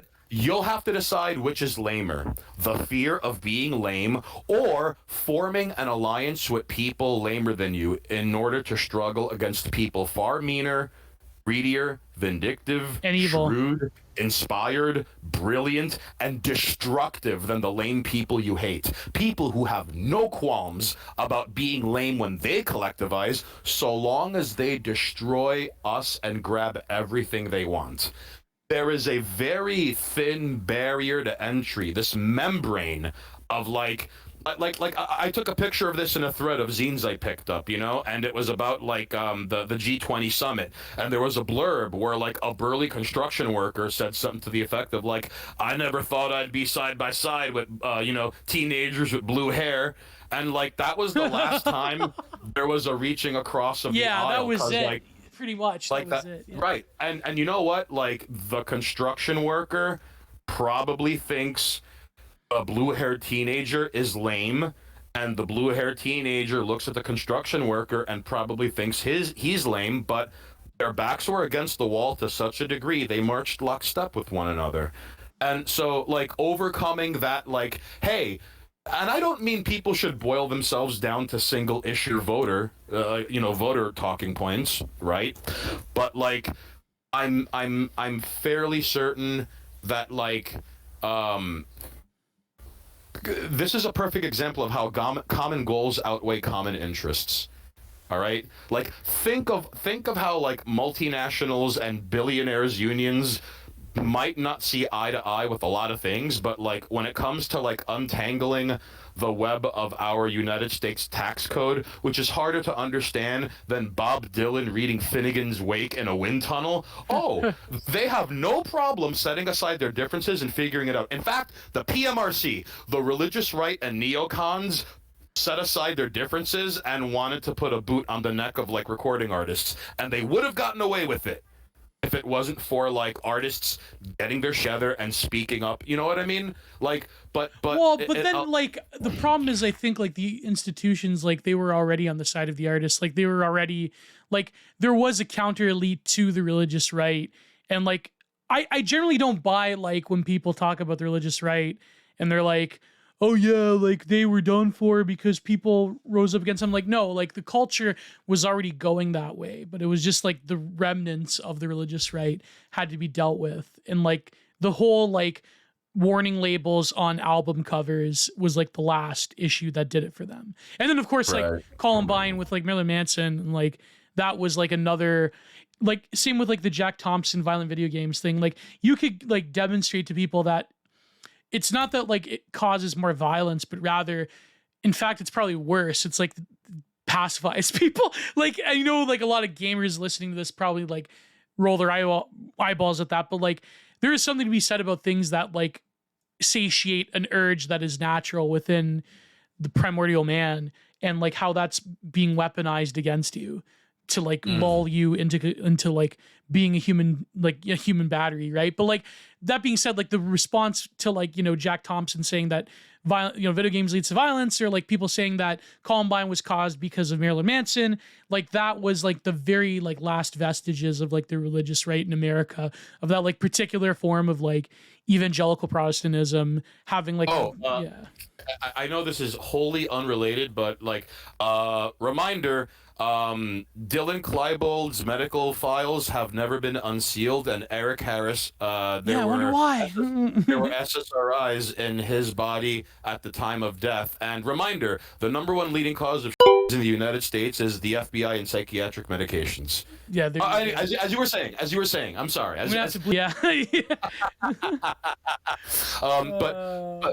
But no, man, like I just think that, and perhaps I'm biased in terms of enacting change, because I'm just some jerk in Queens putting up flyers and screen printing shirts, and that has opened doors for me on a professional and an artistic level. So maybe I'm biased, maybe I'm hung up, because like imagine if there were like 20 of like-minded people like myself, and we were working towards something other than moving shirts and shit posting in meat space and DIY psyops. But anyways, I rest my case. Thank you for coming to my finicky pseudo culture war TED talk. No, but I think like so there's a few things, like, because like I have to get back into writing, but like in my series on the E-Right, like a big thing that I have to tackle is like this very issue of like when it comes to that strange alchemy, that alchemical stone of translating shitposting into real life, and how there's always foibles, and how in some ways the ability to act as like a cultural avant-garde and to post like that lulls people into a form of complacency that, you know, even myself and everyone is guilty of to an extent. And like even IRL agitprop has its limitations, and how like just especially in the political right to like get to that position of like, as soon as someone says we have to organize in real life, then, you know, a lot of different like 3-letter agencies are going to like start knocking at your door. And then, you know, how do you... All right. But I mean, like... But like what you were saying about... Oh yeah, go ahead. Then I have... No, tell me. I jumped in. Tell me. No. I have a longer point, but like, what were you going to say about the glowies knocking at your door? Well, I mean, like I've had friends who this has happened to, by the way. Oh yeah, even here in Canada. Yeah. A friend of mine, her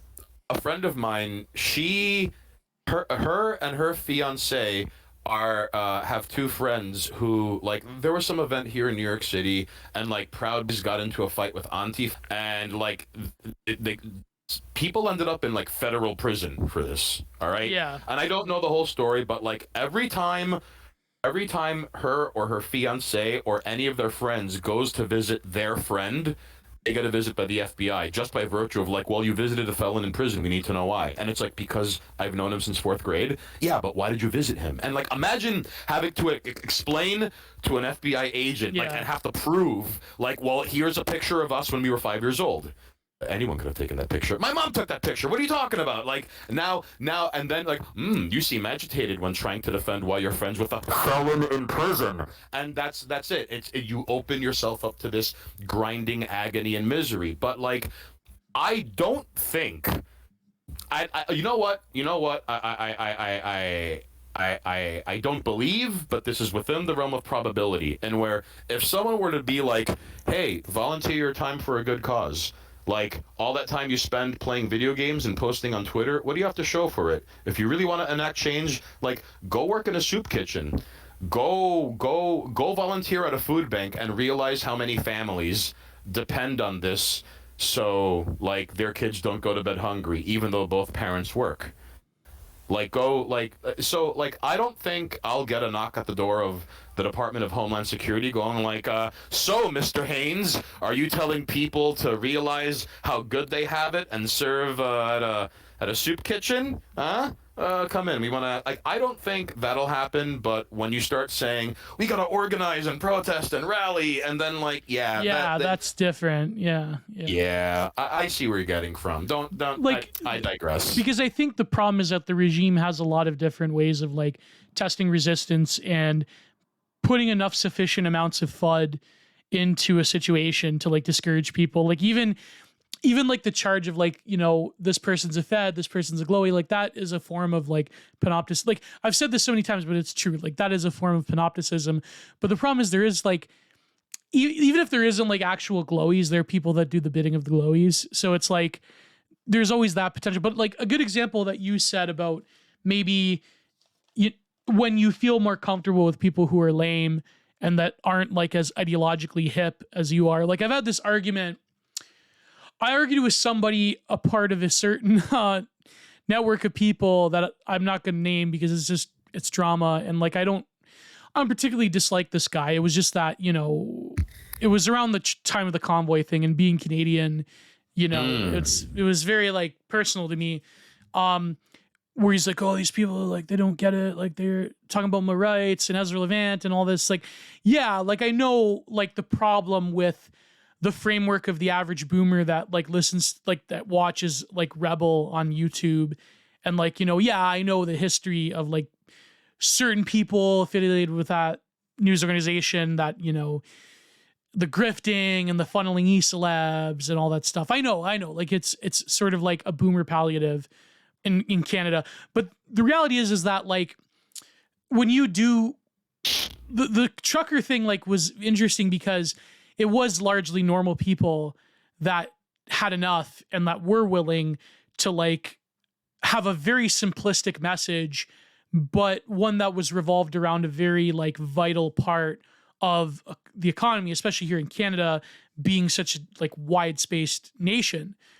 Like there's only like one other nation that is, in terms of land mass, is bigger than Canada. Which happens to be one of the most basest nations in the world. But no, I'm kidding. No, you're not kidding. You're not kidding. No, I know, I'm not kidding. But this is satire. This is satire. And they're going to win, by the way, and they're going to win. No, I joke. But they're like I don't want to like break down very complex geopolitical issues into like. But anyways, I could go on for hours about. Maybe I'll have my good friend on the show one day. My good friend who happens to live in the blue and yellow country. But anyways, so he, I was arguing with this person who has like quite a bit of a following.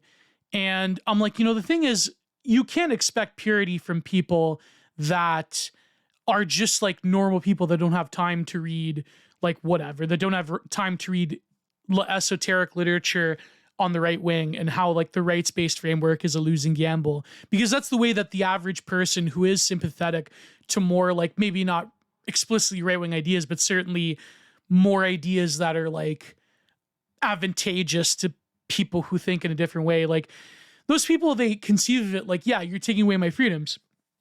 And so to me, the trucking, the convoy was a very interesting experiment of like since 1999 of a truly proletarian social movement that could have like basically made the powers that be panic severely.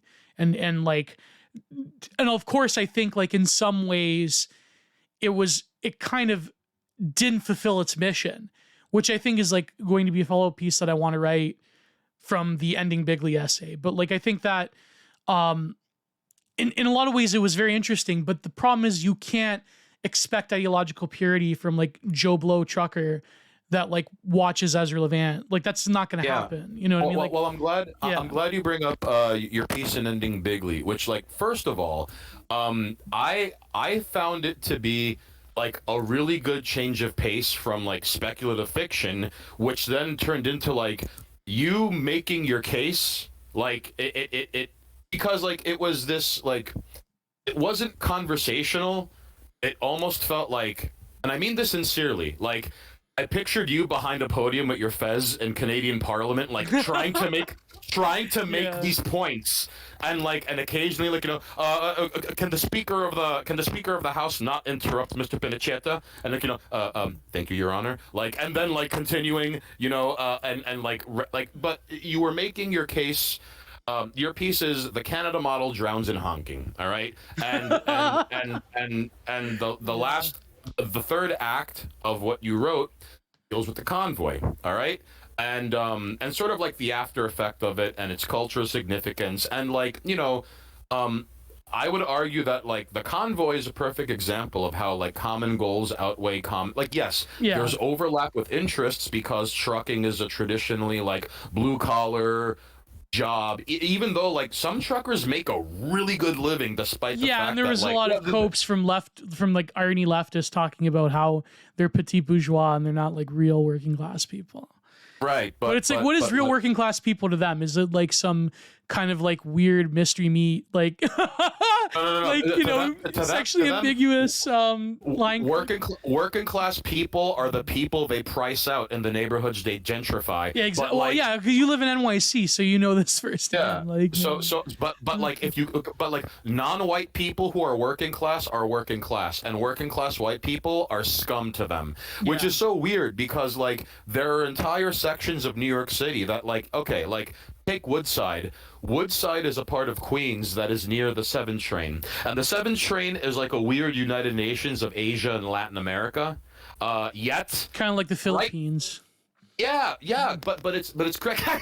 And there is a Filipino contingency on 52nd Street. Oh, there's to, a huge, yeah. No, dude, in every there's little Nepal, little Bangladesh, little Punjab, little little Thailand, little but then when the further up on the 7 line you go towards Flushing and what used to be Shea Flushing Stadium, now Meadows? MetLife Stadium. Yeah, then you start getting the Latinos, where the Colombian quarter, the Ecuadorian quarter, the El Salvadorian quarter, that 2-block strip of nothing but Argentinians, So in the middle of all this, in 61st Street, there's a small Irish green zone amidst this Iraq of Latinos and Asians, and it's weird because they're working class and the locals see them as equals because on one way there are still Irish immigrants speaking incomprehensible brogue in amidst this teeming of ocean of multiculturalism, which, by the way, dirty secret, Queens is the most ethnically diverse county in America, and you want to know why? It's because everyone sticks to themselves once they get here. That's like Toronto, basically. Yeah, that's right, Toronto. right. So it's like mini Toronto in some ways. But if the working class resembles the people who are gentrifying, they're suddenly not working class. But ooh, funny, haha, Guatemalan bodega worker who works 70 hours a week and he's I can get a paid quart under of the table, butter and Guatemalan hot ketchup and at the bodega, and I could get I guess my tires changed at the bodega. I don't know. Do they do tire trading? You know what's so weird, man? People who move here are the ones that sing the praises of this city, and it's first of all, they can go heart their own damn city, and they could go back to where they came from. Go back to Dayton. Go back to Wilmington, Delaware. No one goes to Delaware and be like, bro, I'm from Wilmington. Get the out of here. I don't know this and mind you, if you know how I know here, about certain towns in Delaware is because of the CZW Tournament of Death. That's what they used to have in Smarma, Delaware. Oh yeah. That's the only way I know about Delaware. The only reason I know I wanted to go one year, actually. Oh, you should have, dude. Yeah, man. Now they don't have it because the people that took over combat, GCW is just like what CZW was, only kind of lamer, but that's besides the point. But they don't do it anymore. But it's really weird how people who move here are the ones that sing its praises. Where because you never see people born and raised here going my city's the best. No, because we know it's the best, but like that's part of the chip on our shoulder. Did Like, you see that TikTok video of the one guy like where he like kept going to very expensive bars and cafes like during a weekend in New York, and then like you saw the video that blew up, and then like the comments were like, man, this guy must have money that comes from Dayton or wherever, or comes from like some like, lesser oh city like CO City, and he yeah, has money and he comes to New York from the sticks or whatever. Yeah. right, That one right. video. It's like one cafe that costs like $70 for a mochaccino, whatever. Like it's yeah. Oh, I mean, like it is among the grossest conspicuous Like consumption. does the Uh, average New Yorker like consciously go to like different restaurants and stuff every single day? Or like no, they don't have like the average New Yorker probably doesn't no. have enough money to do Well, that. well, first of all, okay. Well. The locals and the natives. All right. I would argue that like most locals and natives, there's like a handful of neighborhood or neighborhood adjacent places that sort of become like an institution for them.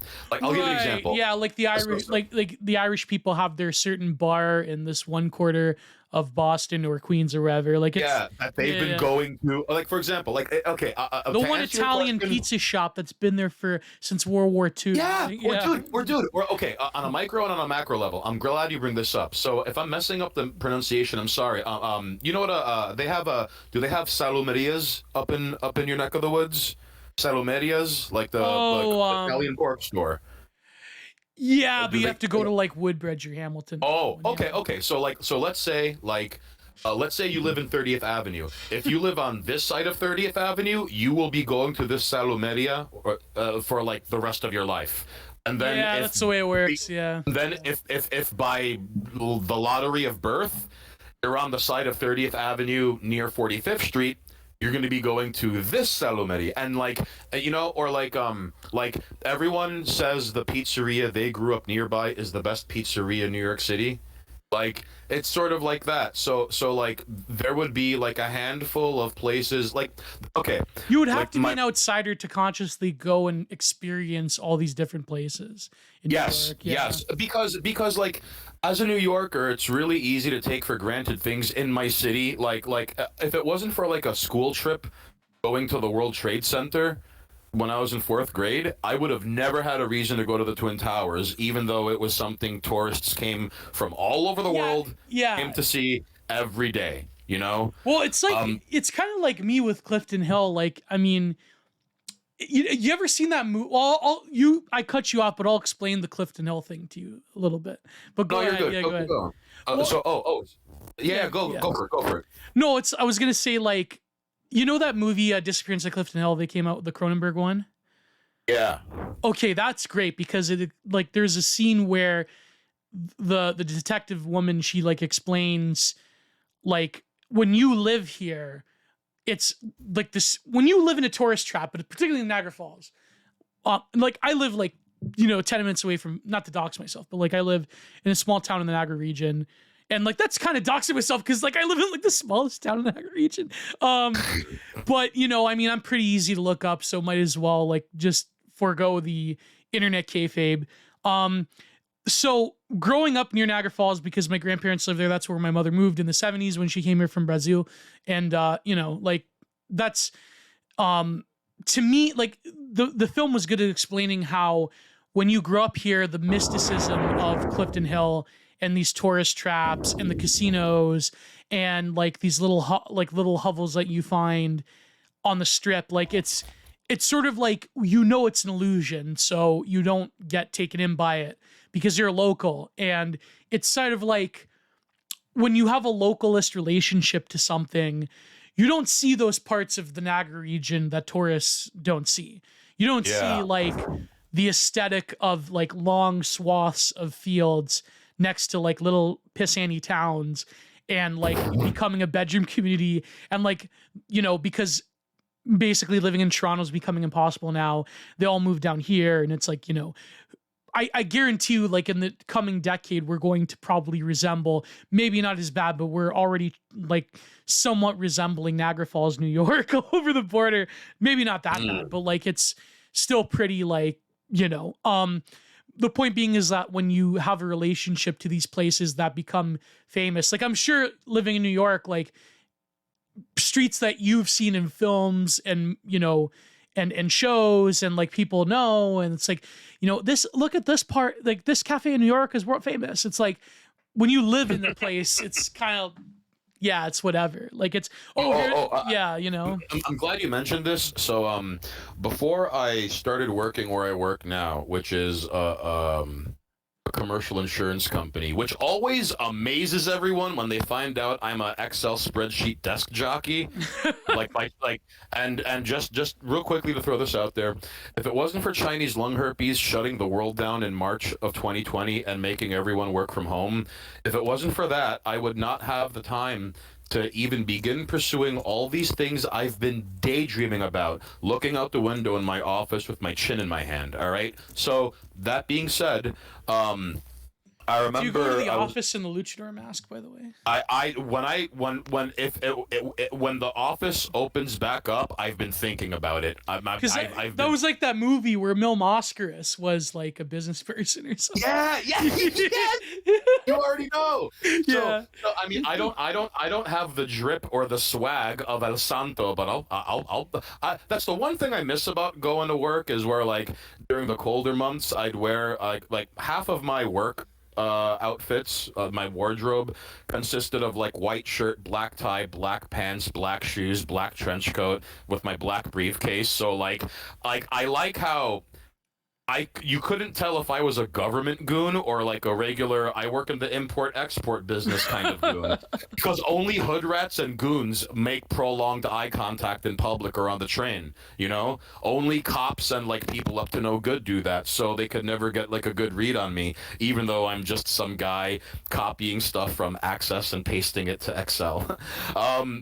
But anyways, I remember working at a real estate management firm before where I work now, and the agent always had, whenever he did the tour, he always made it a point to stop by the house from the building from Sex and the City, and and every day without fail there would be like a gaggle of people going like, can we see Carrie's house? Can we see Carrie's house? Can we see Carrie's house? And like he's like Moroccan, he's Moroccan trash from Bay Ridge who grew up among the Italians, and he knows that cultural reference is lost to him and means nothing to him. But people outside the city, can you first of all imagine the income bracket you have to be in to look at Sex and the City and be like, Daddy, I want to live in New York City. Okay, dear, I'll add more money to the there was a whole generation of like Gen X women who did that because of Sex and the City. Yeah. Yeah, there was. Or like, yeah, but for people outside of my city, it's their cultural touchstone. Like, for example, like I remember, like, okay, I know I kind of touched on like DIY shows and happenings with like when I was talking to the Prudentialist, and like I came back from one that happened last night actually. All right, and I posted pictures of like some zines of a buddy of mine I kept running into. If I could just plug him real quickly, Calvin Atwood is the best writer you've never heard of, and I've been really fortunate to run into him at like poetry readings, like happenings and meetups that like hey, we're mutuals on Twitter, and then they're like, you're Stained Hanes, and I'm like, yeah, I look different without the mask, don't I? Handing out copies of Cars and Women magazine and scaring the host to no end. So see, I would like the art scene. I would probably like to live in New York because like you get to like to actually do stuff. Like, I mean, I guess Toronto. I mean, I would shudder to think what that would look like, but like, yeah, I mean, right. So there was this young woman from Russia who talked about how like, she was talking about like the disconnect between Brooklyn, how it's portrayed and how Brooklyn is. And she said something to the effect of like, even I understand like Two Broke Girls, that TV show, is not an accurate portrayal of Brooklyn. Like, even I knew that before I moved here. And I'm like, that's an honest take. But it was like, something we take for granted ends up becoming things we find to be commonplace. Are things people latch onto, like, ooh, wow, So it's weird because, like, first of all, being born and raised here does things to you. Just because you get used to something, what is like the doesn't mean it's metropolis of the healthy. world, though? Like that's the thing. Yeah, Yeah. but here's the thing: just because you get used to something doesn't make it healthy. All right, like just look at crackheads or vegetarians. You know, like Yeah. like whenever I leave the city, I have a hard time sleeping for the first 2 or 3 days because my whole life I've been accustomed to the sound of like traffics and cars passing by Yeah, how do you outside get my used to bedroom that? window. Like sleeping. I couldn't. I don't, dude. It just, that's how it's been like since day one. I don't know anything else. That's how I got used to it. So let's say I go see family, like outside, the city. Like I go crazy for the first 2 nights because I can't sleep without the ambient noise of like, turn on your fucking blinkers. Like, number two, when I leave New York City, it's like, but this is the chip on a New Yorker shoulder, Like, we leave the city, and it's like, what do you mean your trains don't run 24 hours a day? Even though, like, other public transportation systems are cleaner, and they make ours look like dog shit. The fact that ours run 24 hours give us our song. country is better than your country, But what's it like to like grow up in a big city though? Like, what's it like to be born and raised in a? Because like I'm a product of the burbs. Like I don't know what that's like, Well, I think all right. To be specific, I was born and raised in Queens, specifically Astoria, Queens. Astoria is from Astoria, bro. Dude, it's the birthplace of Christopher Walken, and if you ever see the opening sequence to All in the Family, where you see the overhead shot of the houses and like the quick drive-bying of like the small houses row by row, that's a 15-minute walk away from where I was born. Man. And in fact, like when I moved out the house, I just moved 3 blocks further away from the train station that I'd been taking all my life. So it's weird because like parts of Queens. Okay, first of all, Queens is the birthplace of like Anthrax, the Ramones, John Favreau, Martin Scorsese, I believe. A lot of beautiful and Trump came from Queens. A lot of beautiful things came from Queens. So like, it's weird because it's less than an hour away from Manhattan. But it still has like a weird, because when you think of New York City, people think of skyscrapers. I'm walking here. They think of all this. Right, but like the outer boroughs, like that's still New York City proper. So they're not like, they're urban, but they're not like as like a big city feel. Like they're still like neighborhood. Yes. It's not crazy urban sprawl because like take Astoria, okay? Now, mind you, what happened to Brooklyn, gentrification-wise, I believe was by design. I could get into that later, but like even Queens, even parts of the Bronx saw gentrification, which I never thought would happen in my life, because like for a while I was dating a girl who lives in Fordham Road, which is a not particularly safe part of the Bronx, and in fact, if you want to, anyone who lives in America, if you have the Citizen app, set your location to the Bronx and try not to laugh or cry. It's bewildering. All right, so like. This is me. That just shows you how I think about things. Like, I saw like a white couple in Fordham Road, and as they walked by, I didn't hear like an immigrant or Slavic accent or anything. And I swear to you, my first thought was like, are they lost? What are they doing here? They're gonna like, no. In fact. Okay. Oh, Story time. Okay, so I live in a predominantly Greek neighborhood, and I can sort of play 6 degrees of Kevin Bacon on every block I walk by on my way to the train station. Like on Crescent Street. Oh yeah, Louis Vargas grew up there, and I had math class with him in 6th grade. And then I'm on 26th Street. Alexis Stavronakis went out with my friend Vic, and that I remember like she moved here after she got married. And then on 27th Street, that's where my boy Vic grew up, and it just like, even though I'm less than an hour away from Manhattan, I could still play 6 degrees of Kevin Bacon with every block I walk on. Like there's a weird, like, co-current threads of like connection, like almost to the point of like the Pepe Sylvia It's Always Sunny in Philadelphia map, even if it's that bad, I could still tie every block to some part of my history being born and raised here. So, Right. But then, so but I guess like the relation between like that and the like imperial heart of New York, like I guess like you're just as much of a tourist in Manhattan as like anyone else, right? Like is that yeah. yeah. I mean, granted, here's the thing though. Like, there are certain things that, all right. So like growing up in Queens, okay, what was it like growing up in New York City? Well, I don't know if your viewers or listeners are familiar, but like you're familiar with that episode of The Simpsons, Lemon of Troy, right? Yeah. Or like, okay, Brooklyn. Okay, as a native son of Queens, I could look at Brooklyn and be like this is a weird palette swap of Queens. The same way a son of Brooklyn could look at Queens and be like, look at this bootleg Brooklyn over here, because like there are chunks of that borough that I'm like parts of Bushwick straight up look like Woodside. Like Brighton Beach, if you replace Russians with Latinos, that's basically like it's Ozone Park. Like there are, like even down to the pre-World War II buildings with the fire escapes look just like ours. It's funny because it's sort of like, so many things in common, yet we are destined in this like eternal brother war. However, I can feel like a tourist in my own city where like, all right, like okay, because Queens is synonymous with immigrants. It is possible for like a Chinese person to end up in Flushing, Queens, and never leave Flushing, Queens, and never say a word of English, and never eat anything other than Chinese food made by Chinese people.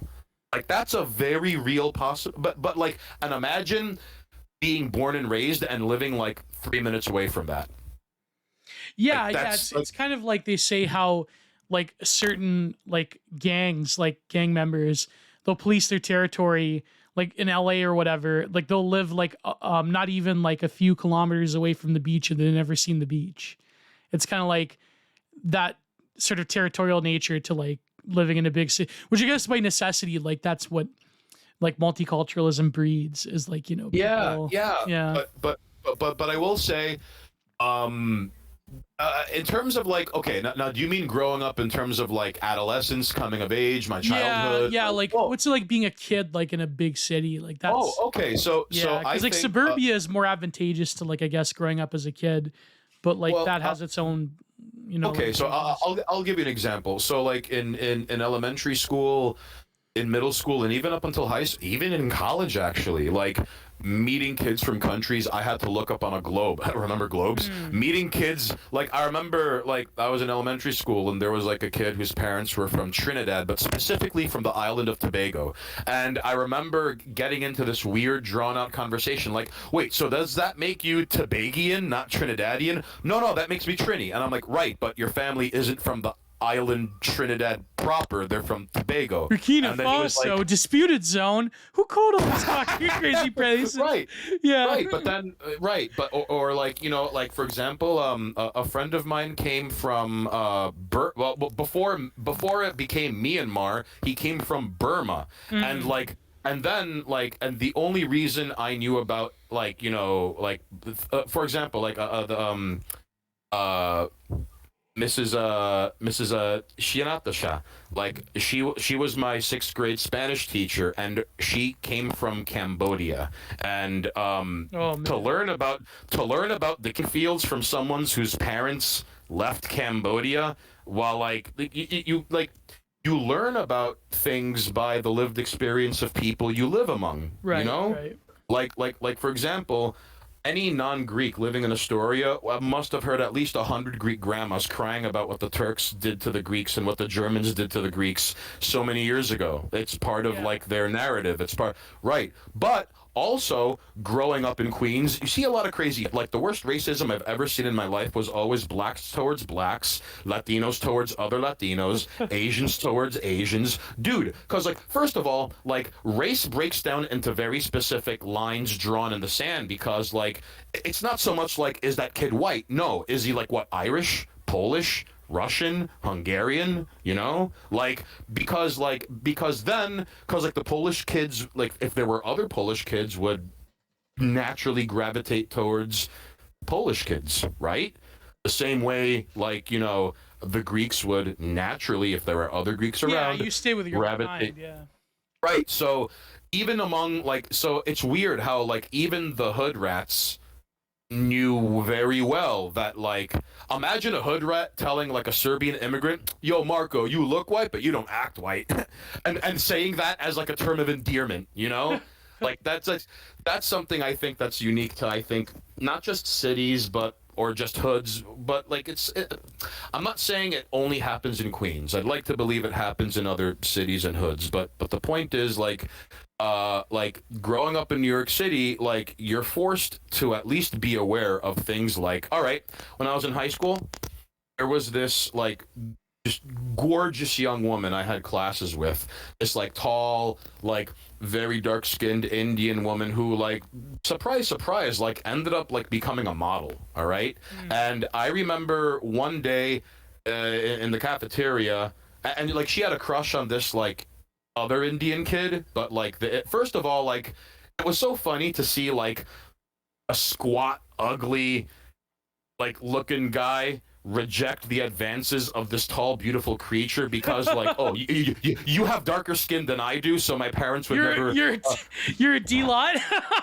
Yeah, Yeah. It was like, oh, like you're lower on the caste system than me, so like you. And I I remember, reject your advances. Yeah. right. I remember just hanging out with like, you know, like we're just eating lunch, and then you just see, and you see this like gorgeous creature run by you with tears streaming down her face, and then like, you know, man. like, and it's like, and I never, and I remember being like, talking to my friend like hey, like he's Indian too. I'm like, hey Push, like what was up with that?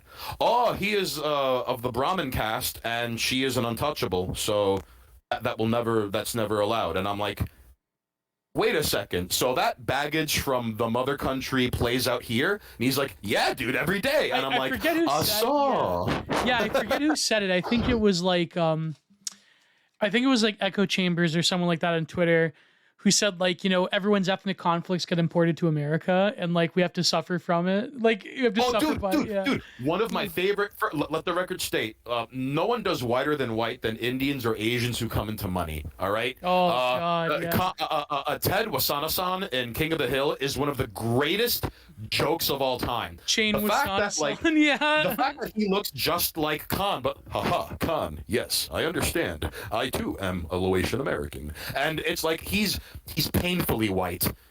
Yeah, and Khan still is attached to like a bit of his Laotian. Yeah, so like I saw that growing up, and like, okay, like my mom's side of the family's from Ecuador. Other Latinos can attest to this, where like I've seen other Latinos, and like, you know, like let's say like they marry upward, or like they're now like, you know, like let's say I'm They marry a white man, in other words. Yes. So now they're or an Italian guy.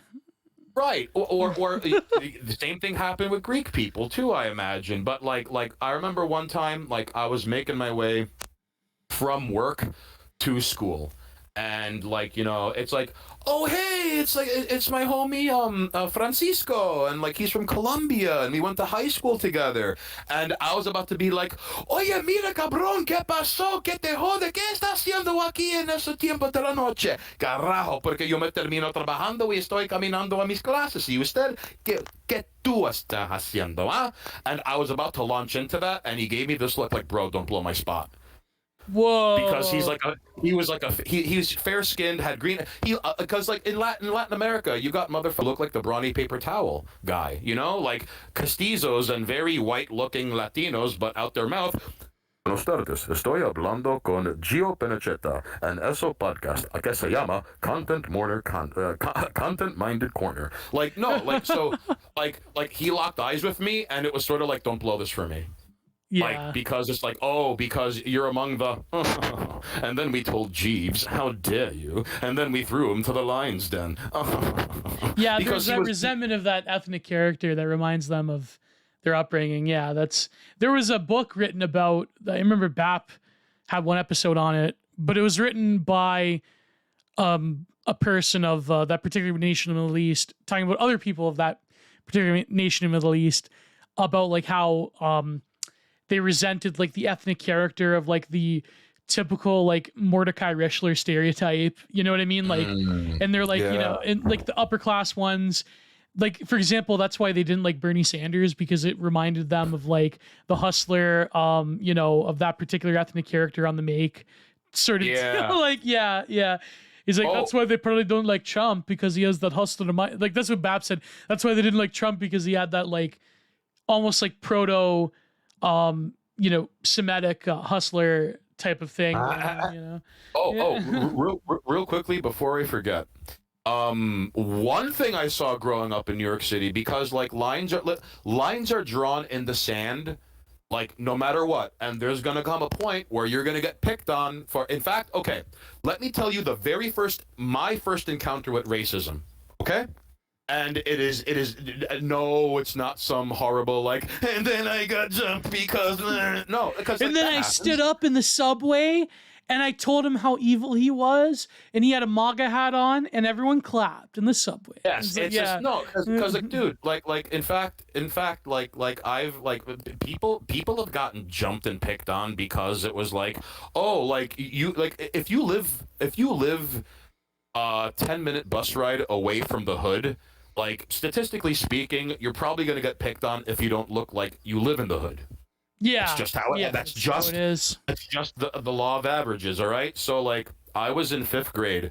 Now, Mama Hanes is a retired paraprofessional for, like, special needs children, all right? Oh, yeah. And her coworker is, she lived, before she moved to Georgia, after she retired, she lived in Springfield Gardens, which is, like, sort of like a middle class black section of New York City. Like, look how insane and diverse that is. Yeah. Right? And we forget that there are such thing as like middle and upper class black suburbs across America. And like a little teeny tiny middle class version of that you can find in Springfield Gardens, which is right next door to Hollis, which is where Run DMC is from, which is not a very nice neighborhood. Anyways.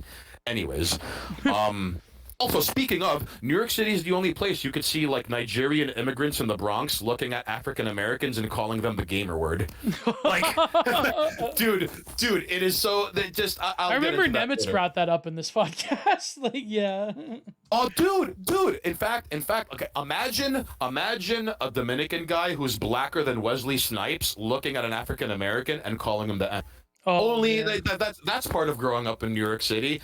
Dominicans swearing up and down that no, papi, I know black. It's like, bro, you're 11:59 p.m. black. What are you talking about, dude?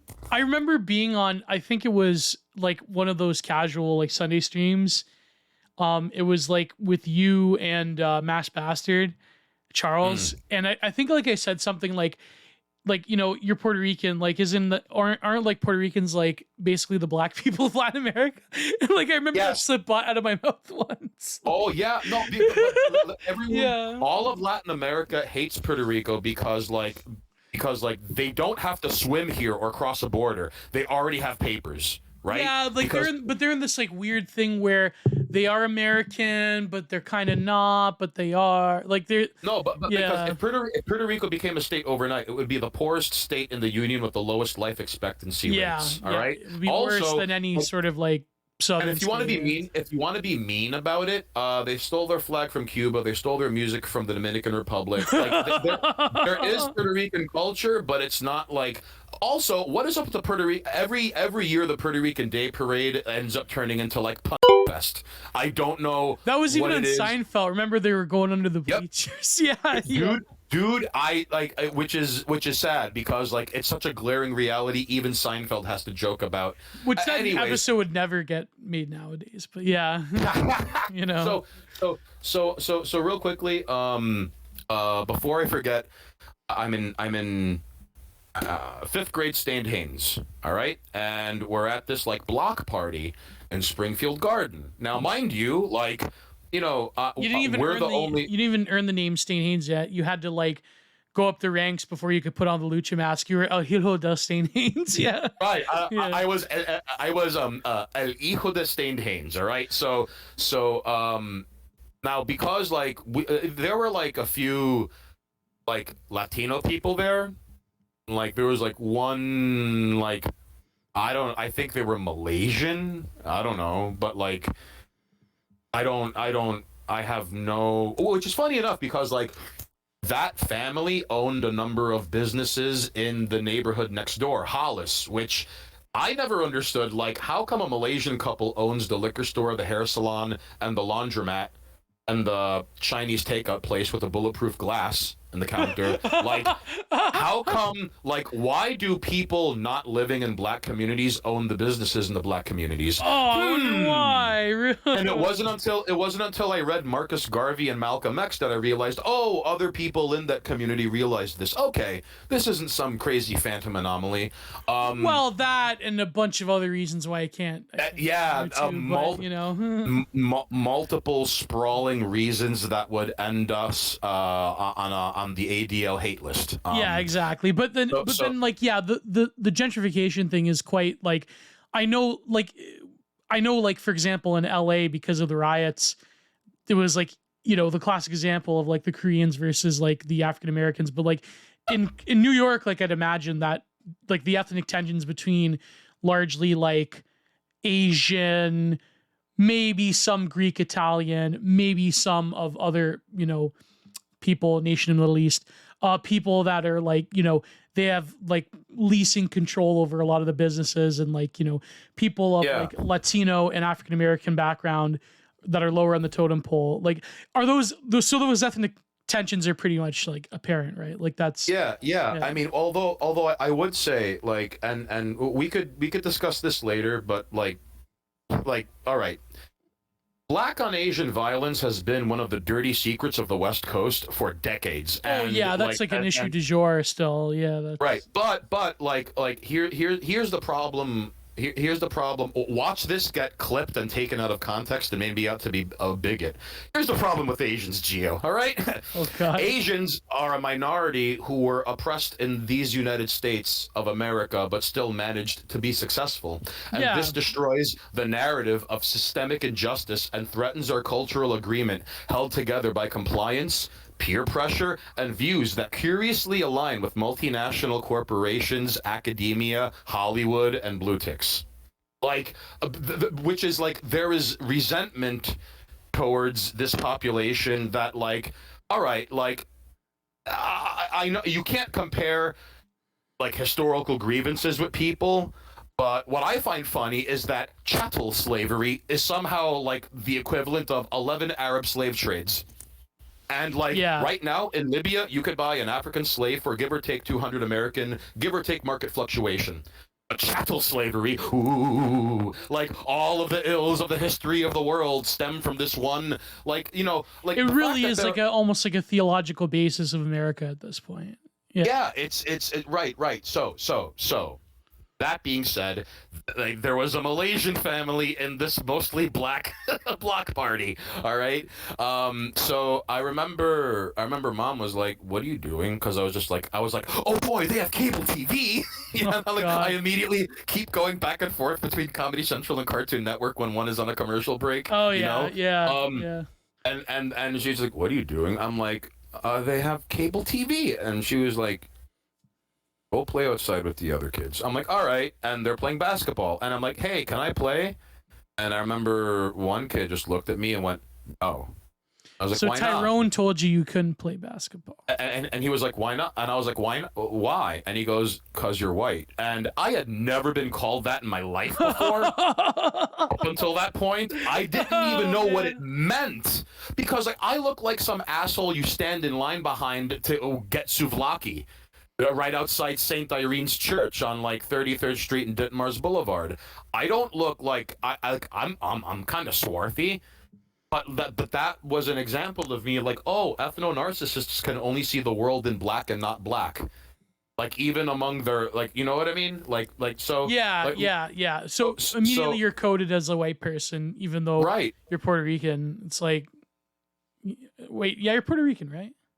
Mom's Dominican. From Ecuador, dad's Greek. Sorry. Nah. Oh, you're fine. I pressed 2 for Spanish. You're good. Yeah. Don't even worry about it. Oh, yeah, that's right. Dominican. Wait, you said your mom is Ecuadorian, and your dad is Greek. Well, I mean, that's kind of white person.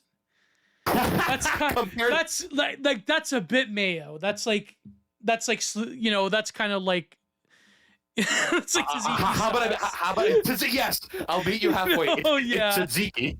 that's So a bit melanated. That's a bit not melanated. That's like a bit mayoed. Yeah, that's so kind of. so sun Man, how dried did I think you were? pesto. How do I think you were Puerto Rican? Jeez. No, because no, but that's because like when you think of Latino in New York City, it's synonymous Yeah, with you like think Puerto Rican yeah, and yeah. Dominican. But then when you think of Latino in Texas or California, you know what's funny? Mexican. Like, You think of yeah, Mexican. Yeah. if I was in Bushwick and I just pointed at like some homeboys on the corner and I went, look at those, look at a bunch of Mexicans standing over there, I would get tarred and feathered and crucified. But if I was in El Paso and there were like 17 cholos on the corner, look at those group of Mexicans They're over all there, and it'd Mexican. be like, Yeah, they're all and Mexican. like, so what's the point you're trying to make? Yeah, birds fly, grass There's a lot of grows, fish Hondurans swim. here because of the migrant fruit pickers. Really? Yeah, there is. There is. Yeah. Ah, okay, okay. I feel a little better knowing that Canada also benefits from dirty immigrant under the Essentially table indentured servitude. fruit Yeah. picking. Yeah, hey, they don't live in a company town, so that means they're not slaves, right? Anyways, In so I go fact, back well, inside. some of them, the company town thing, the lines get blurry with some vineyards, but that's another issue for another time. Oh, you're right. Yeah. Yeah. Spoilers. Spoilers, it almost is like exist. if you go, okay, there's certain parts of Niagara, like if you go to the like the superstore or like No Frills in certain areas in Niagara Falls, you'll see go to No Frills on Sunday in Niagara Falls in certain places, and you will see like a bunch of Hondurans and Mexicans that like are stocking up for the week. I got you. Yeah. Oh, so like, do you But guys the have summer home- months, but during the summer months, of course, yeah. Oh, right, because like they're immune to the heat, but they're weak against cold. So Yeah, they get like some like they have to pay like a bigger price for Canadians to pick the ice wine crop in like November. Yeah. Yeah. Nice. I mean that jokingly. Nice. I just like I go back in and I turn on the TV and I remember Mama Haynes was like, "What did I just tell you?" And I'm like, "They won't let me play basketball." And I was like, "Why?" And I said, "Because they said I was white." And Mom looked at me like a card, like a dog being shown a card trick. Like, what? That doesn't excuse me. Then like she brings Maggie over, all right? Her friend, her coworker, the woman who's in charge of this block party, and she goes, "Tell Maggie what you told me." And now I'm like, someone is gonna die because of this. Like, this is not like. Cause Someone's gonna when get we, drive-by'd right now. right, because when we get all right, so like, I remember when we got there, it was like us, like we say hi to Maggie, and I remember Maggie turned to everyone and said out loud, "Hey y'all, this is my friend I've been telling you about, insert name of my mom's name here," and everyone's like, "Hey," and that made me realize, oh, like the block sees her as this figure of authority. She is in charge of this thing. So now the person in charge of this thing wants to hear me say what I told my mom. Oh no. So I tell her, all right. Then she leaves and comes back with this random black woman and goes, "Tell her what you just told me." And now I'm like, because I'm white. And that woman marched out the house and beat 10 kinds of out of that kid in front of everyone and screamed at the top of her lungs like, So Lamar "How got dare his you?" ass beat in I public, didn't. but yeah. And here's the part. All right. After like 3 overhead open-handed, and it wasn't, they were like, imagine Tank Abbott's overhead hillbilly punch but open-handed. All right. After delivering 3 of those, and I mean and every time he put his hands up with her left hand, she smacked his hands down to get an opening, and then downward left, downward right, downward left, downward right. downward left, downward right, and now he's got like snot coming down his face, and he's already not even crying, just making one note for like 12 measures. All right, Oh, man. and then when he's finally like, she goes, I raised you better than that. You know I did. And then he goes, and that was my first encounter with. This is Junkyard America right here. To quote Ghost from True Capitalist Radio, this is Junkyard America.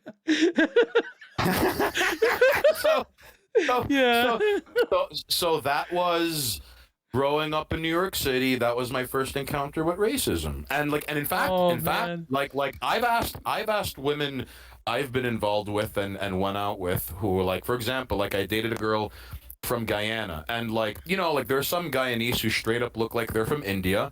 And there are some Guyanese who straight up look like they're black. What else do you call them? And then there's like some in between. But I remember I asked her, like, have you ever, because like she was born and raised in Brooklyn, and then like moved to Syracuse, but like she was in New York for like a long-term work project, so we met that way.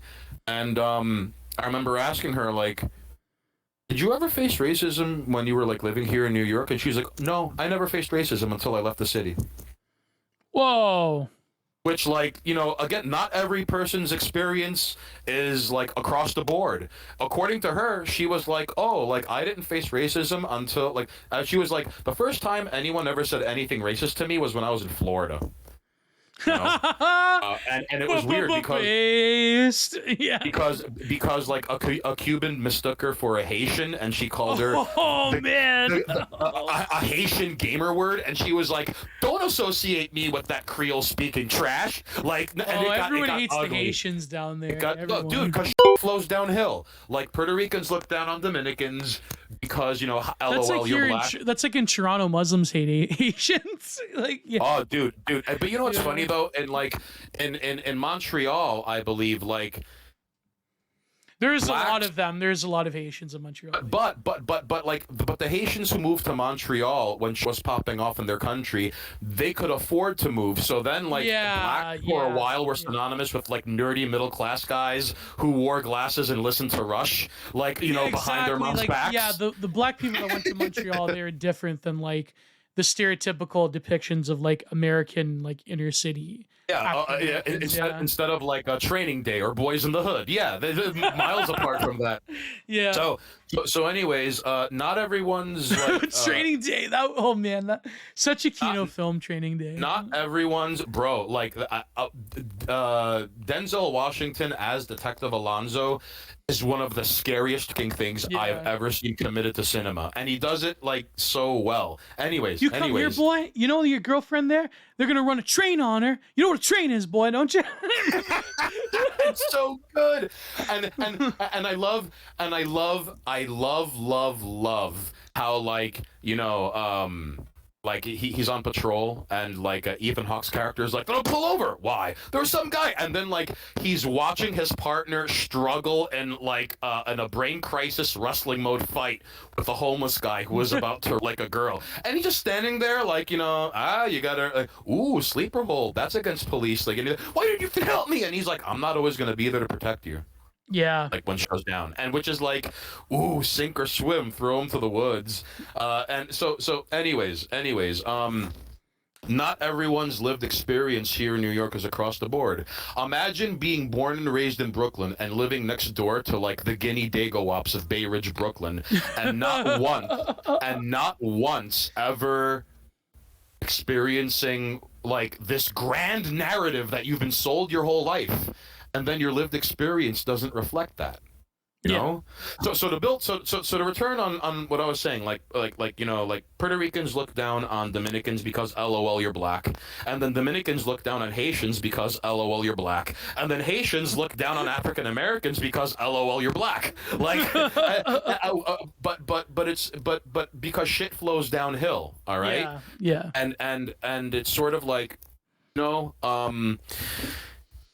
but to be fair, Sting, you do look like, from the photos I've seen of you, you do look like kind of like a white man, though. Like you do have like not the indigenous Honduran, but like the Castizo European accent. Is it Castizo or Mestizo? Yeah. Well, sort of. I mean, like, I look like, I think on first glance, yeah, like I might. Well, but I have certain, you're white like, passing, in other words. well, right, but I have like a big old Greek nose where, like, you know, like, thank God air is free. All right, you can ski off this thing. But It's like a natural canopy. don't judge. That was Hey, listen, Richie Aprile, by the way.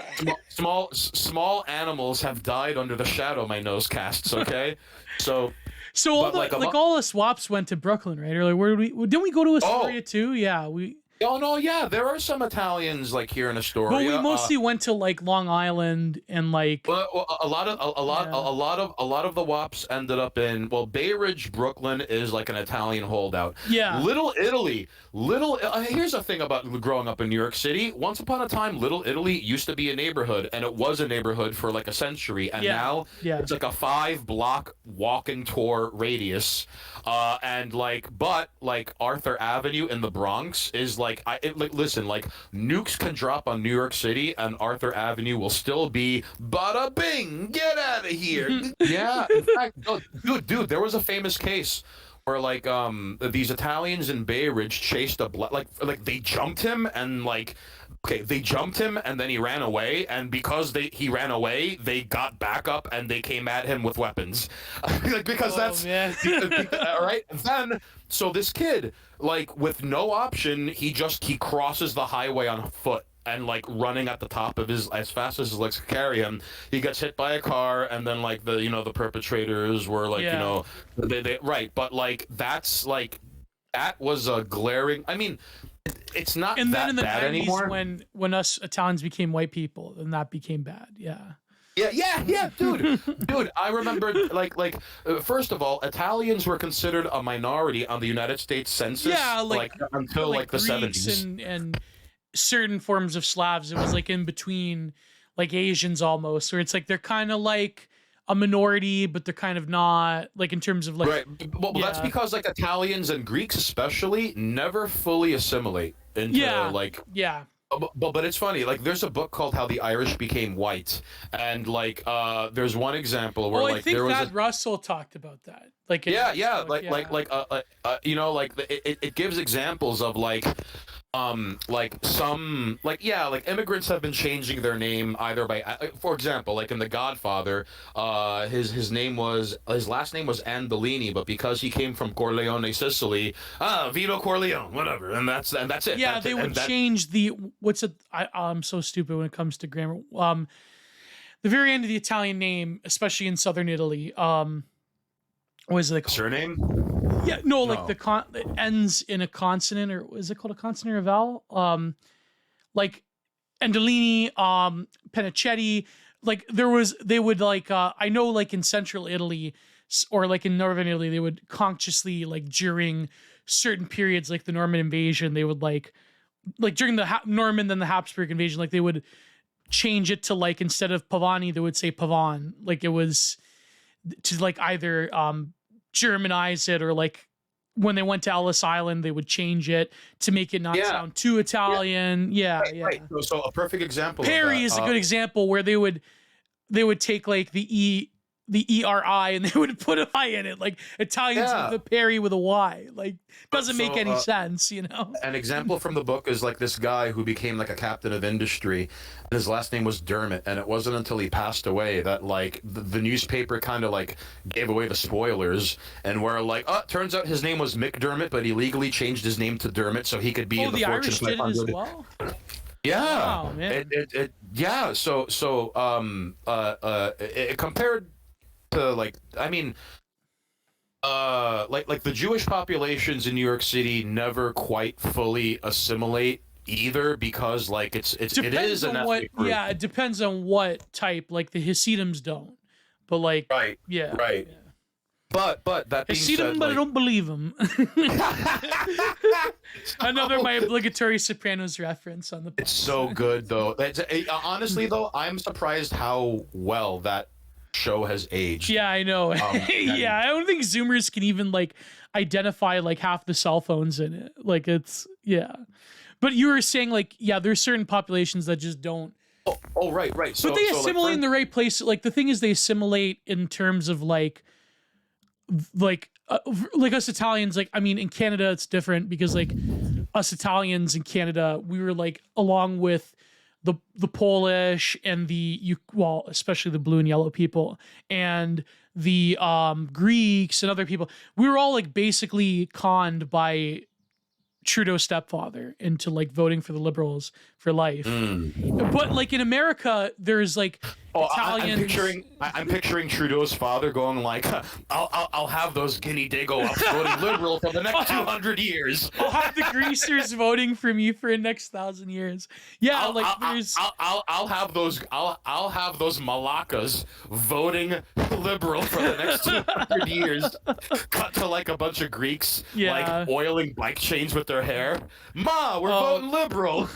Like because we wanted Gibbs, basically. That was what it was. But in America, like you'll still have Italians who like are very Americanized, but in terms of America, we fought, we got freedom and salute, to quote Paulie Walnuts, flag saluting mothers, like that's there's like Italians that like have that.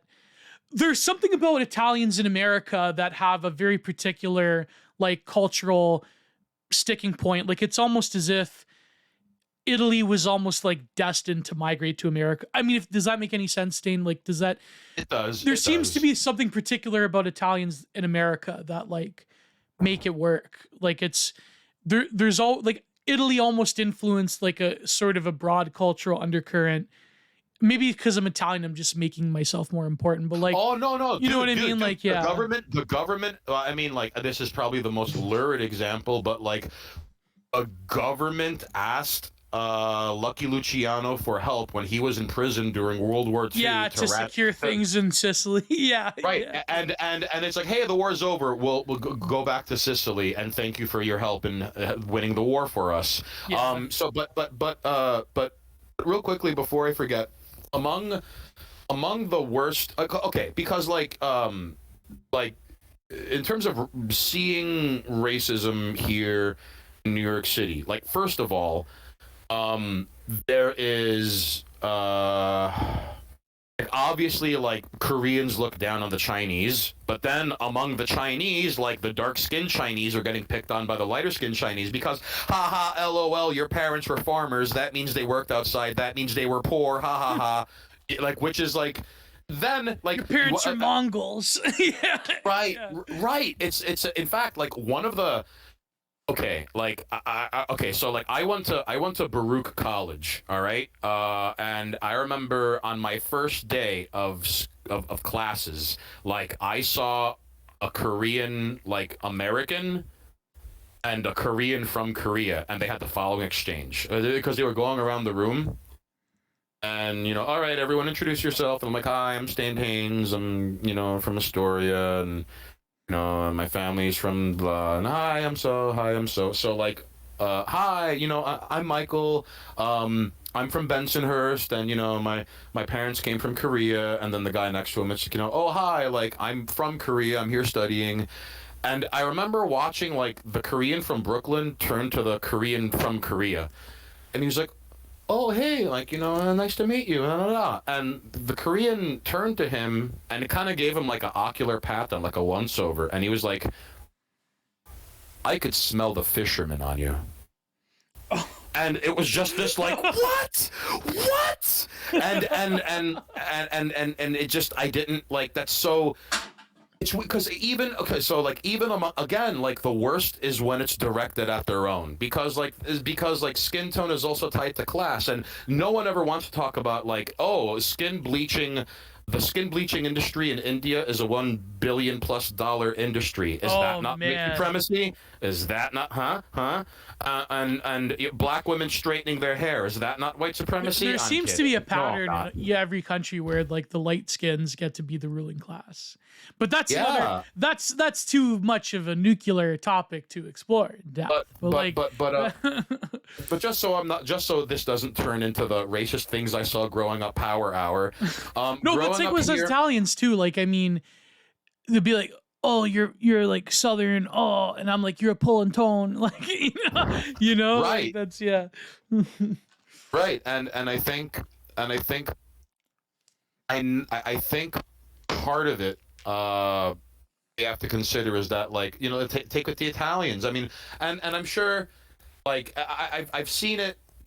It's not egregious among Greeks, but I've seen Italians, and it was like, for example, like Italians' distrust of Sicilians. All right, Italians from the Oh north yeah. looking down on Italians from the south.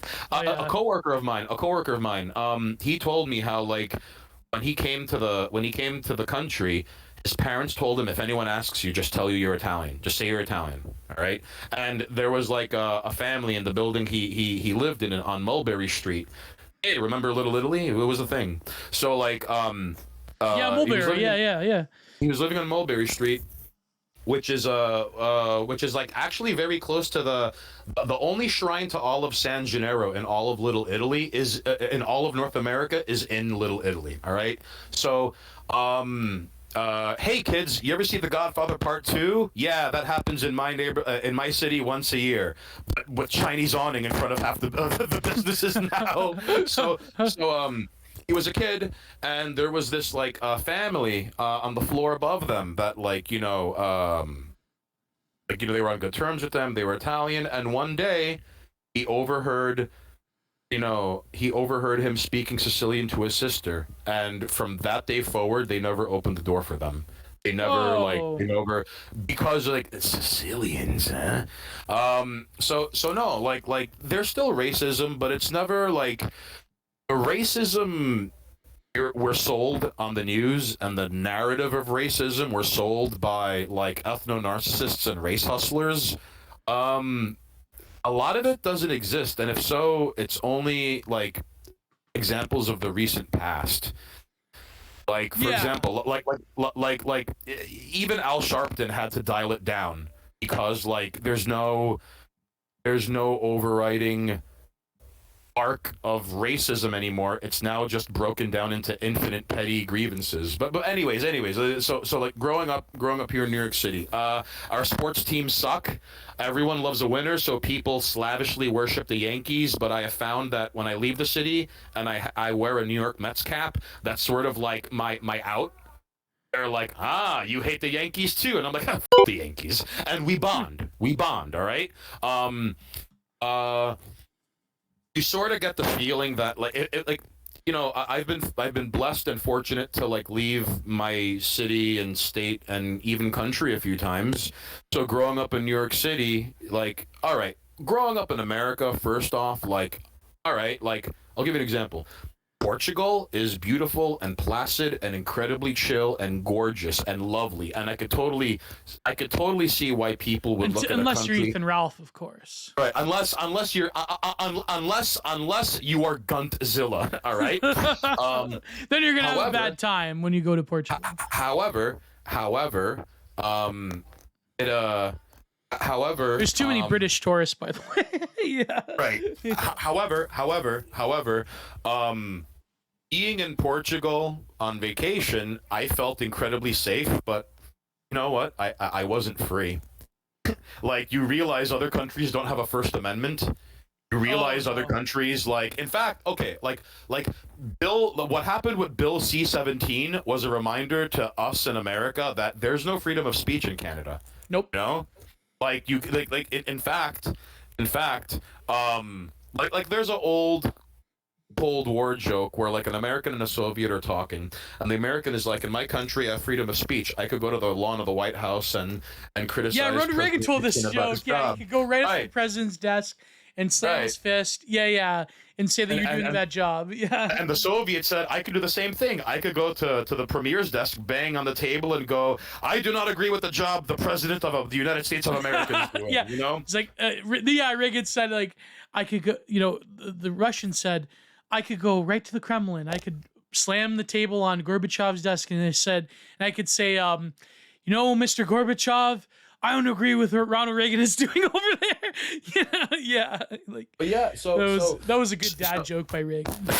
So growing up here in New York City, though, I will admit it's very, like, it's weird because, like, over the years, Oh, Yeah. tell me. No, I was gonna ask, like, because people in New York, they make, or maybe it's not even people in New York, but like the way that New Yorkers sell themselves is like, we're basically like the city of the world, and we're the most important city in the world, and everything happens here. And it's like, is that true? Like, is that the perception that New Yorkers have? Or is it like, that's just the kayfabe that they have to tell other people? And in reality, they hate, like, you know, go like walking over like bum puke in like the 7 subway or whatever. Oh, Like, well, hear me out. All right. So growing up in New York City, this is a very important part, and I'm glad you kind of touched on it. My city has gone from cesspool to Singapore in about 25 years, and it's on the way back. Oh, God. I have distinct memories. Okay. So like, hear me out. When I was a senior in high school, I fulfilled all my credit requirements. So, like, the very final quarter of high school, I was, like, walking in at, like, 10 in the morning and leaving at 12:25 because, like, why bother going to lunch when I could just walk home and have lunch at home? Why would I want to be in this building any longer than I have to? So, there's a stretch of... I'm not really doxing myself when I say this, but, like, there's a stretch of 14th Street in Astoria that I would take like a leisurely walk through where, like, by the way, one crazy thing about growing up in New York City is that, like, if you change your commute just by a street or an avenue, you have unlocked an entirely different part of the world map that, like, that would have been unbeknownst to you. In fact, like, you could be born and raised here in New York City and not have unlocked everything in the city map. Like as a native of Queens, unless I have business or I'm dating a girl in the Bronx, why would I ever go to the Bronx? Unless I'm going to the Bronx Zoo, unless, like, there's a reason I have to go to Arthur Avenue. Like, it's been, like, almost 15 years since I've been to a Yankees game. I don't, like, you know, so, and realistically speaking, the Bronx is kind of like the Middle East. It's also very dangerous, and the women are forbidden, all right? So, I remember walking through 14th Street, and again, like, this is a little gem of New York City. There was like a pizzeria, and like these Guatemalans were like working behind the counter, and like they would make the pizza. Then they also had on the other side of the counter pizza where they put like sofrito in the pizza sauce, so it had like a particular, like, you know, delicious flavor of anything that they used the pizza sauce with. So I would basically get, you know, like these guat slices, you know, so I'm walking down enjoying my guat slice, and I see these 2 white guys that look like they were animated from an American Eagle Outfitters catalog, taking things out of a U-Haul truck and then taking it into an apartment. Geo, my first thought was, are they lost? Because, like, what are white people doing in this part of, like, my borough? No, because like that one long stretch of, like, you know, 14th Street, for whatever reason, you know, hey, welcome, Central American immigrant. Did you move to the 7 train? No. Well, are you staying in Queens? Yes. Well, you could go to 14th Street. You know? So, so that, like, my first encounter with gentrification was, like, you know, it was synonymous with white people. And, like, and you know what, like, when people talk of diversity, Brooklyn diversity is 5 Chomsky honks and a mixed race person in a coffee house. And Queens diversity is getting off the 7 train, being catcalled and cursed at and threatened in languages you don't have subtitles for, and getting lost in parts of the world map that don't need loading times because, oh no, you're in Little Nepal and you've been walking for 15 minutes in one direction. Now you're in Little Colombia. You know, so I would argue that growing up in New York City, there are a lot of things that form your frame of reference, like diversity and multiculturalism, and, like, the only way it works is if everyone stays to their own. But that's what I mean. Like, it's not like we are the world. Like, we are like, you know, 90s optimism, Toto Africa or whatever, like, symbol of like you were saying, like, the whole, like, the phrase, think globally, act locally. Like, that's such a 1990s bullshit, like, multiculturalism is their strength sort of, like, phrase. But it's, I mean, it's true, but, like, it just provokes that particular time in history where Like, everything was like the Model UN sort of deal. Like the aesthetics of it is like the Model UN. Oh yeah. So hear me out. Let me give you an example of diversity in I have seen and lived and witnessed so many examples of this. Okay, so Astoria. Astoria is predominantly Greek. However, Greeks in Astoria will look at an Italian or will look at a Sicilian and not bat an eye. Like, I'll give you an example. Like, it's not uncommon for like, oh hey Gio, here's my friend Petey. He's Greek and Italian. That's not an uncommon mix in Astoria. Or like, oh hey, here's my boy Frank. He's Sicilian and Greek. Because after all, Sicily was an ancient Greek colony by the name of Syracuse, right? So even Greeks, like my part of Calabria, dude, we were basically a Greek colony. Yeah, Greeks see Sicilians, especially the old timers, as like third cousins of their own. Yeah. I need a chubby Greek girl, GF. That's you need to move to New York and do this. You need a good Greek girl who is making tzatziki the homemade way of putting yogurt in a sock and then tying the sock to the faucet so all the water is drained and all you have left is custard, and then she's like hand mixing until her forearm looks like Popeye's, hand mixing the yogurt with the chopped up garlic and thyme and cucumber. And that's just to say, and you know what's funny? I do love a nice souvlaki. Yeah. It's dude. The grilled chicken. I hope you better get used to feta. All right. If you marry a Greek woman, I hope one day you get to go to a Greek person's house when they celebrate Greek Easter. There's nothing in the world like it. Does it? Real quickly. So here's an example of growing up in New York City. Like I grew up eating Greek food. Okay, so I have like I would rather spit in my own hand and wipe it on my face than pay money for Greek food in a restaurant. I could go and see What's the point? All right, but Dad, may he rest in peace, and my brother, during their birthday, like to take them out on their birthday, there's a Greek restaurant called Stamatis. Stamatis is so good, Greeks are willing to sit down and pay money for Greek food instead of going to their grandma's house. That's how good it is. So like a Greek, like a Scottish toilet. So there are institutions like that is a part of everyone's like lived experience. Like instead of Stamatis, there's someone who lives in Bayside, Queens, and let's just say he was like Greek and Colombian instead of Greek and Ecuadorian, and he's telling. Instead of talking to Giant Geo, he's talking to Giant Dino, all right? And and instead of talking about Stamatis, he told the same story I told, but about Zorbas. So there are many, many commonalities in the lived experience of by virtue of living, by virtue of being Greek and Ecuadorian, like Latino and Mediterranean, by virtue of being born and raised in Astoria, by virtue of being the product of immigrants, by virtue of being born and raised in Queens, by virtue of New York City being 1 hour away. Oh, another quick detail, growing up in New York City, I was too much of a dork to cut class. I didn't even know how to cut class. I'm like, cut class? Where are we going to go? The library? That's me? No, that doesn't make any sense. I didn't understand cutting class until college.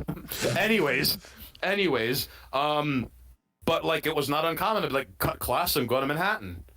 Because there's a certain beauty to Manhattan during the daytime when everyone is in their offices or at work, because there's still a zillion people on the streets and things happening still, at all hours of the day. Yeah. But you can go to the shops and you could do stuff it's kind of like Clifton Hill, at the closing of the off season, at the beginning of it, where there's still a bit of tourists, but everywhere is still open still. So it's that's when the locals go. Because So real quickly, here in Queens, it would be okay. So let's say there's a third generation Greek family, all right, in Astoria. If someone moves in next door, they would breathe a sigh of relief quicker if it was a Greek than if it was, say, like a Bangladeshi. Oh yeah, right? obviously. Yeah. But the same way, along the 7 line, like if an Ecuadorian moves next door to a Colombian, they'll be like, hey, we're already neighbors in the old country, you know? Like, because Ecuador is right next to Colombia. But, like, if a Taiwanese family moves next door to the Colombians, like, they'll still be polite, but not cordial, you know? Like, and that's because, like, when they end up here, it is only natural to stick to their own. Like, dare I say, kind of like in prison. You know? Yeah, this is like, prison. Yeah, this is GP prison yard politics right here. Right. Yeah. So, but I don't know if you saw that growing up in your neck of the woods in school, but like even in school, like the off the boat Chinese kids almost always associated with the other off the boat Chinese kids, unless they were a part of like a weird niche subculture. Yeah, Because yeah. like one thing I saw growing up, like, okay, it was not uncommon to see Greek and Italian wiggers in Astoria because, like, on one hand, there is like there, which is weird, but they and exist. all and because you can't call Asian people wiggers, but it's like, yo, why do you sound like you come from 179th Street from the Bronx? You don't. What was look, the street? Yeah, what was the street that like, Big L came from? Was it 54 in Lennox? That was the. Yes. Yeah. Yeah, attaboy. 54 Lennox is the danger zone. Oh my, yo, you know what? Let me find out that Geo is the only WAP invited to the all black cookout. Let me find out. That was like the Come Town bit about Trump, where he's like, I just show my big penis and I'm invited to the cookout. Like, that was. There are Italian rap aficionados. Yeah, that's true. Oh yeah. There's yeah, a lot dude. of like there's a lot of club kids here from Woodbridge that fit that stereotype as well. Oh yeah. Yeah. So I think like subcultures are a way for people to find an identity, especially if they don't immediately fit into like a neatly slotted category. Like for example, Eddie Huang, for example, like he spoke about how, you know, he came to this country and I believe his family's from Taiwan. So right out the gate, he's the other because he's not white, which is the dominant, you know, identity and what you see on TV and yada, yada, yada. So he ended up identifying with like hip hop and that subculture because like in a way hip hop is kind of altruistic in the sense of like it doesn't matter where you come from. If you got bars, is there a good beat behind it? You're in. It doesn't. Yeah, it In is fact- like the monoculture of like it's become like the monoculture of America now. Like that. In fact, I would argue, like, you know what, dude? I've been waiting for like an underground Indian American rapper to come from East Elmhurst by the name of like Tim Curry, and like his breakout EP is like Curry in a Hurry, and he ends up no, because dude, there was a rap group called Das Racist, all right, and they were incredibly forward-thinking, ahead of the curve, and it was like 2 Indians and an Afro-Cuban / Italian guy, and like, but like, you know, like That sounds like a Canadian group right there. right, but dude, Yeah. but what's hilarious is that like, even like, all right, like 2 educated, well-read Indians from New York City and an Afro-Cuban Italian guy, and like they end up on Conan O'Brien performing their music because there came a point where even the mainstream couldn't ignore them anymore, you know? Like, so hip hop is a really weird, like if you're good, you're good. That's all that matters, you know?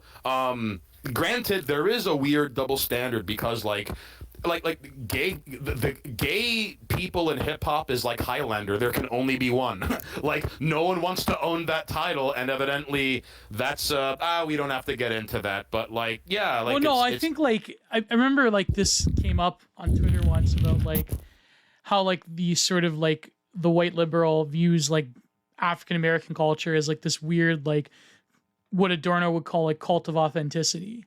Because like, you know, Adorno, like he critiqued like jazz and other like American forms of music as being like part of the culture industry. But I think like it is true like how hip hop becomes this like monoculture that is like in tandem with like the Americanization of the world through globalization. It's like hip hop just has an ability to like, and that's not to like knock it or anything, but like it's, yeah, there is something, and especially like the white liberal that listens to hip hop as a form of like authenticity is like a sort of like a commodification of an authenticity that they know by definition they cannot experience full hand. Oh, can I just say something real quickly? That kind of white person you're describing, they only like rap with ghetto themes they can ironically engage with, and they laugh at the lyrics while quoting them to friends in the Whole Foods checkout lane. But they suspiciously hated like Kanye because hustling to survive is funny, but worship and hope is real. Yeah. And I'm not even a fan of Kanye. I just find it fascinating that like someone with very explicit themes of like worship and hope, like, that makes me uncomfortable. Play De La Soul again. Play that one Tribe Called Quest album I play on loop to impress people who don't know anything about hip hop. Illmatic? Like, yeah, right. Yeah. Right, and it's sad. Illmatic's a good album, though. I can't knock it. It's a great album. It's an incredible album, but it's like, hey guys, have you ever heard of MF Doom? And it's like, there's more.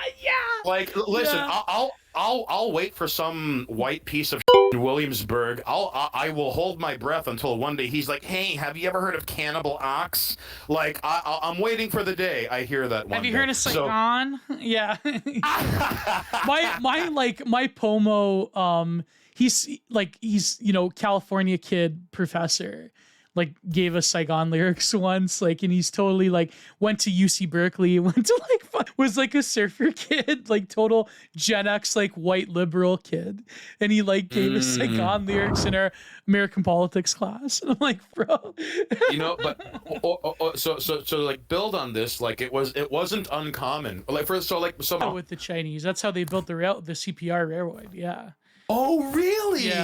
Yeah. I think even before America had Chinese people, Canada had Chinese people, I think. I mean, I'm not sure about that. I mean, maybe at the same time, but like essentially there were like a huge horde of Chinese immigrants that were brought over by the British and were put into like essentially like chattel serfdom, like company store level crap, to like build the chattel serfdom. So that means it's even worse than regular serfdom, right? Yeah, like for example, they would pay you $1.50 a day, and room and board plus equipment was $1 a day. You know what I mean? Like that.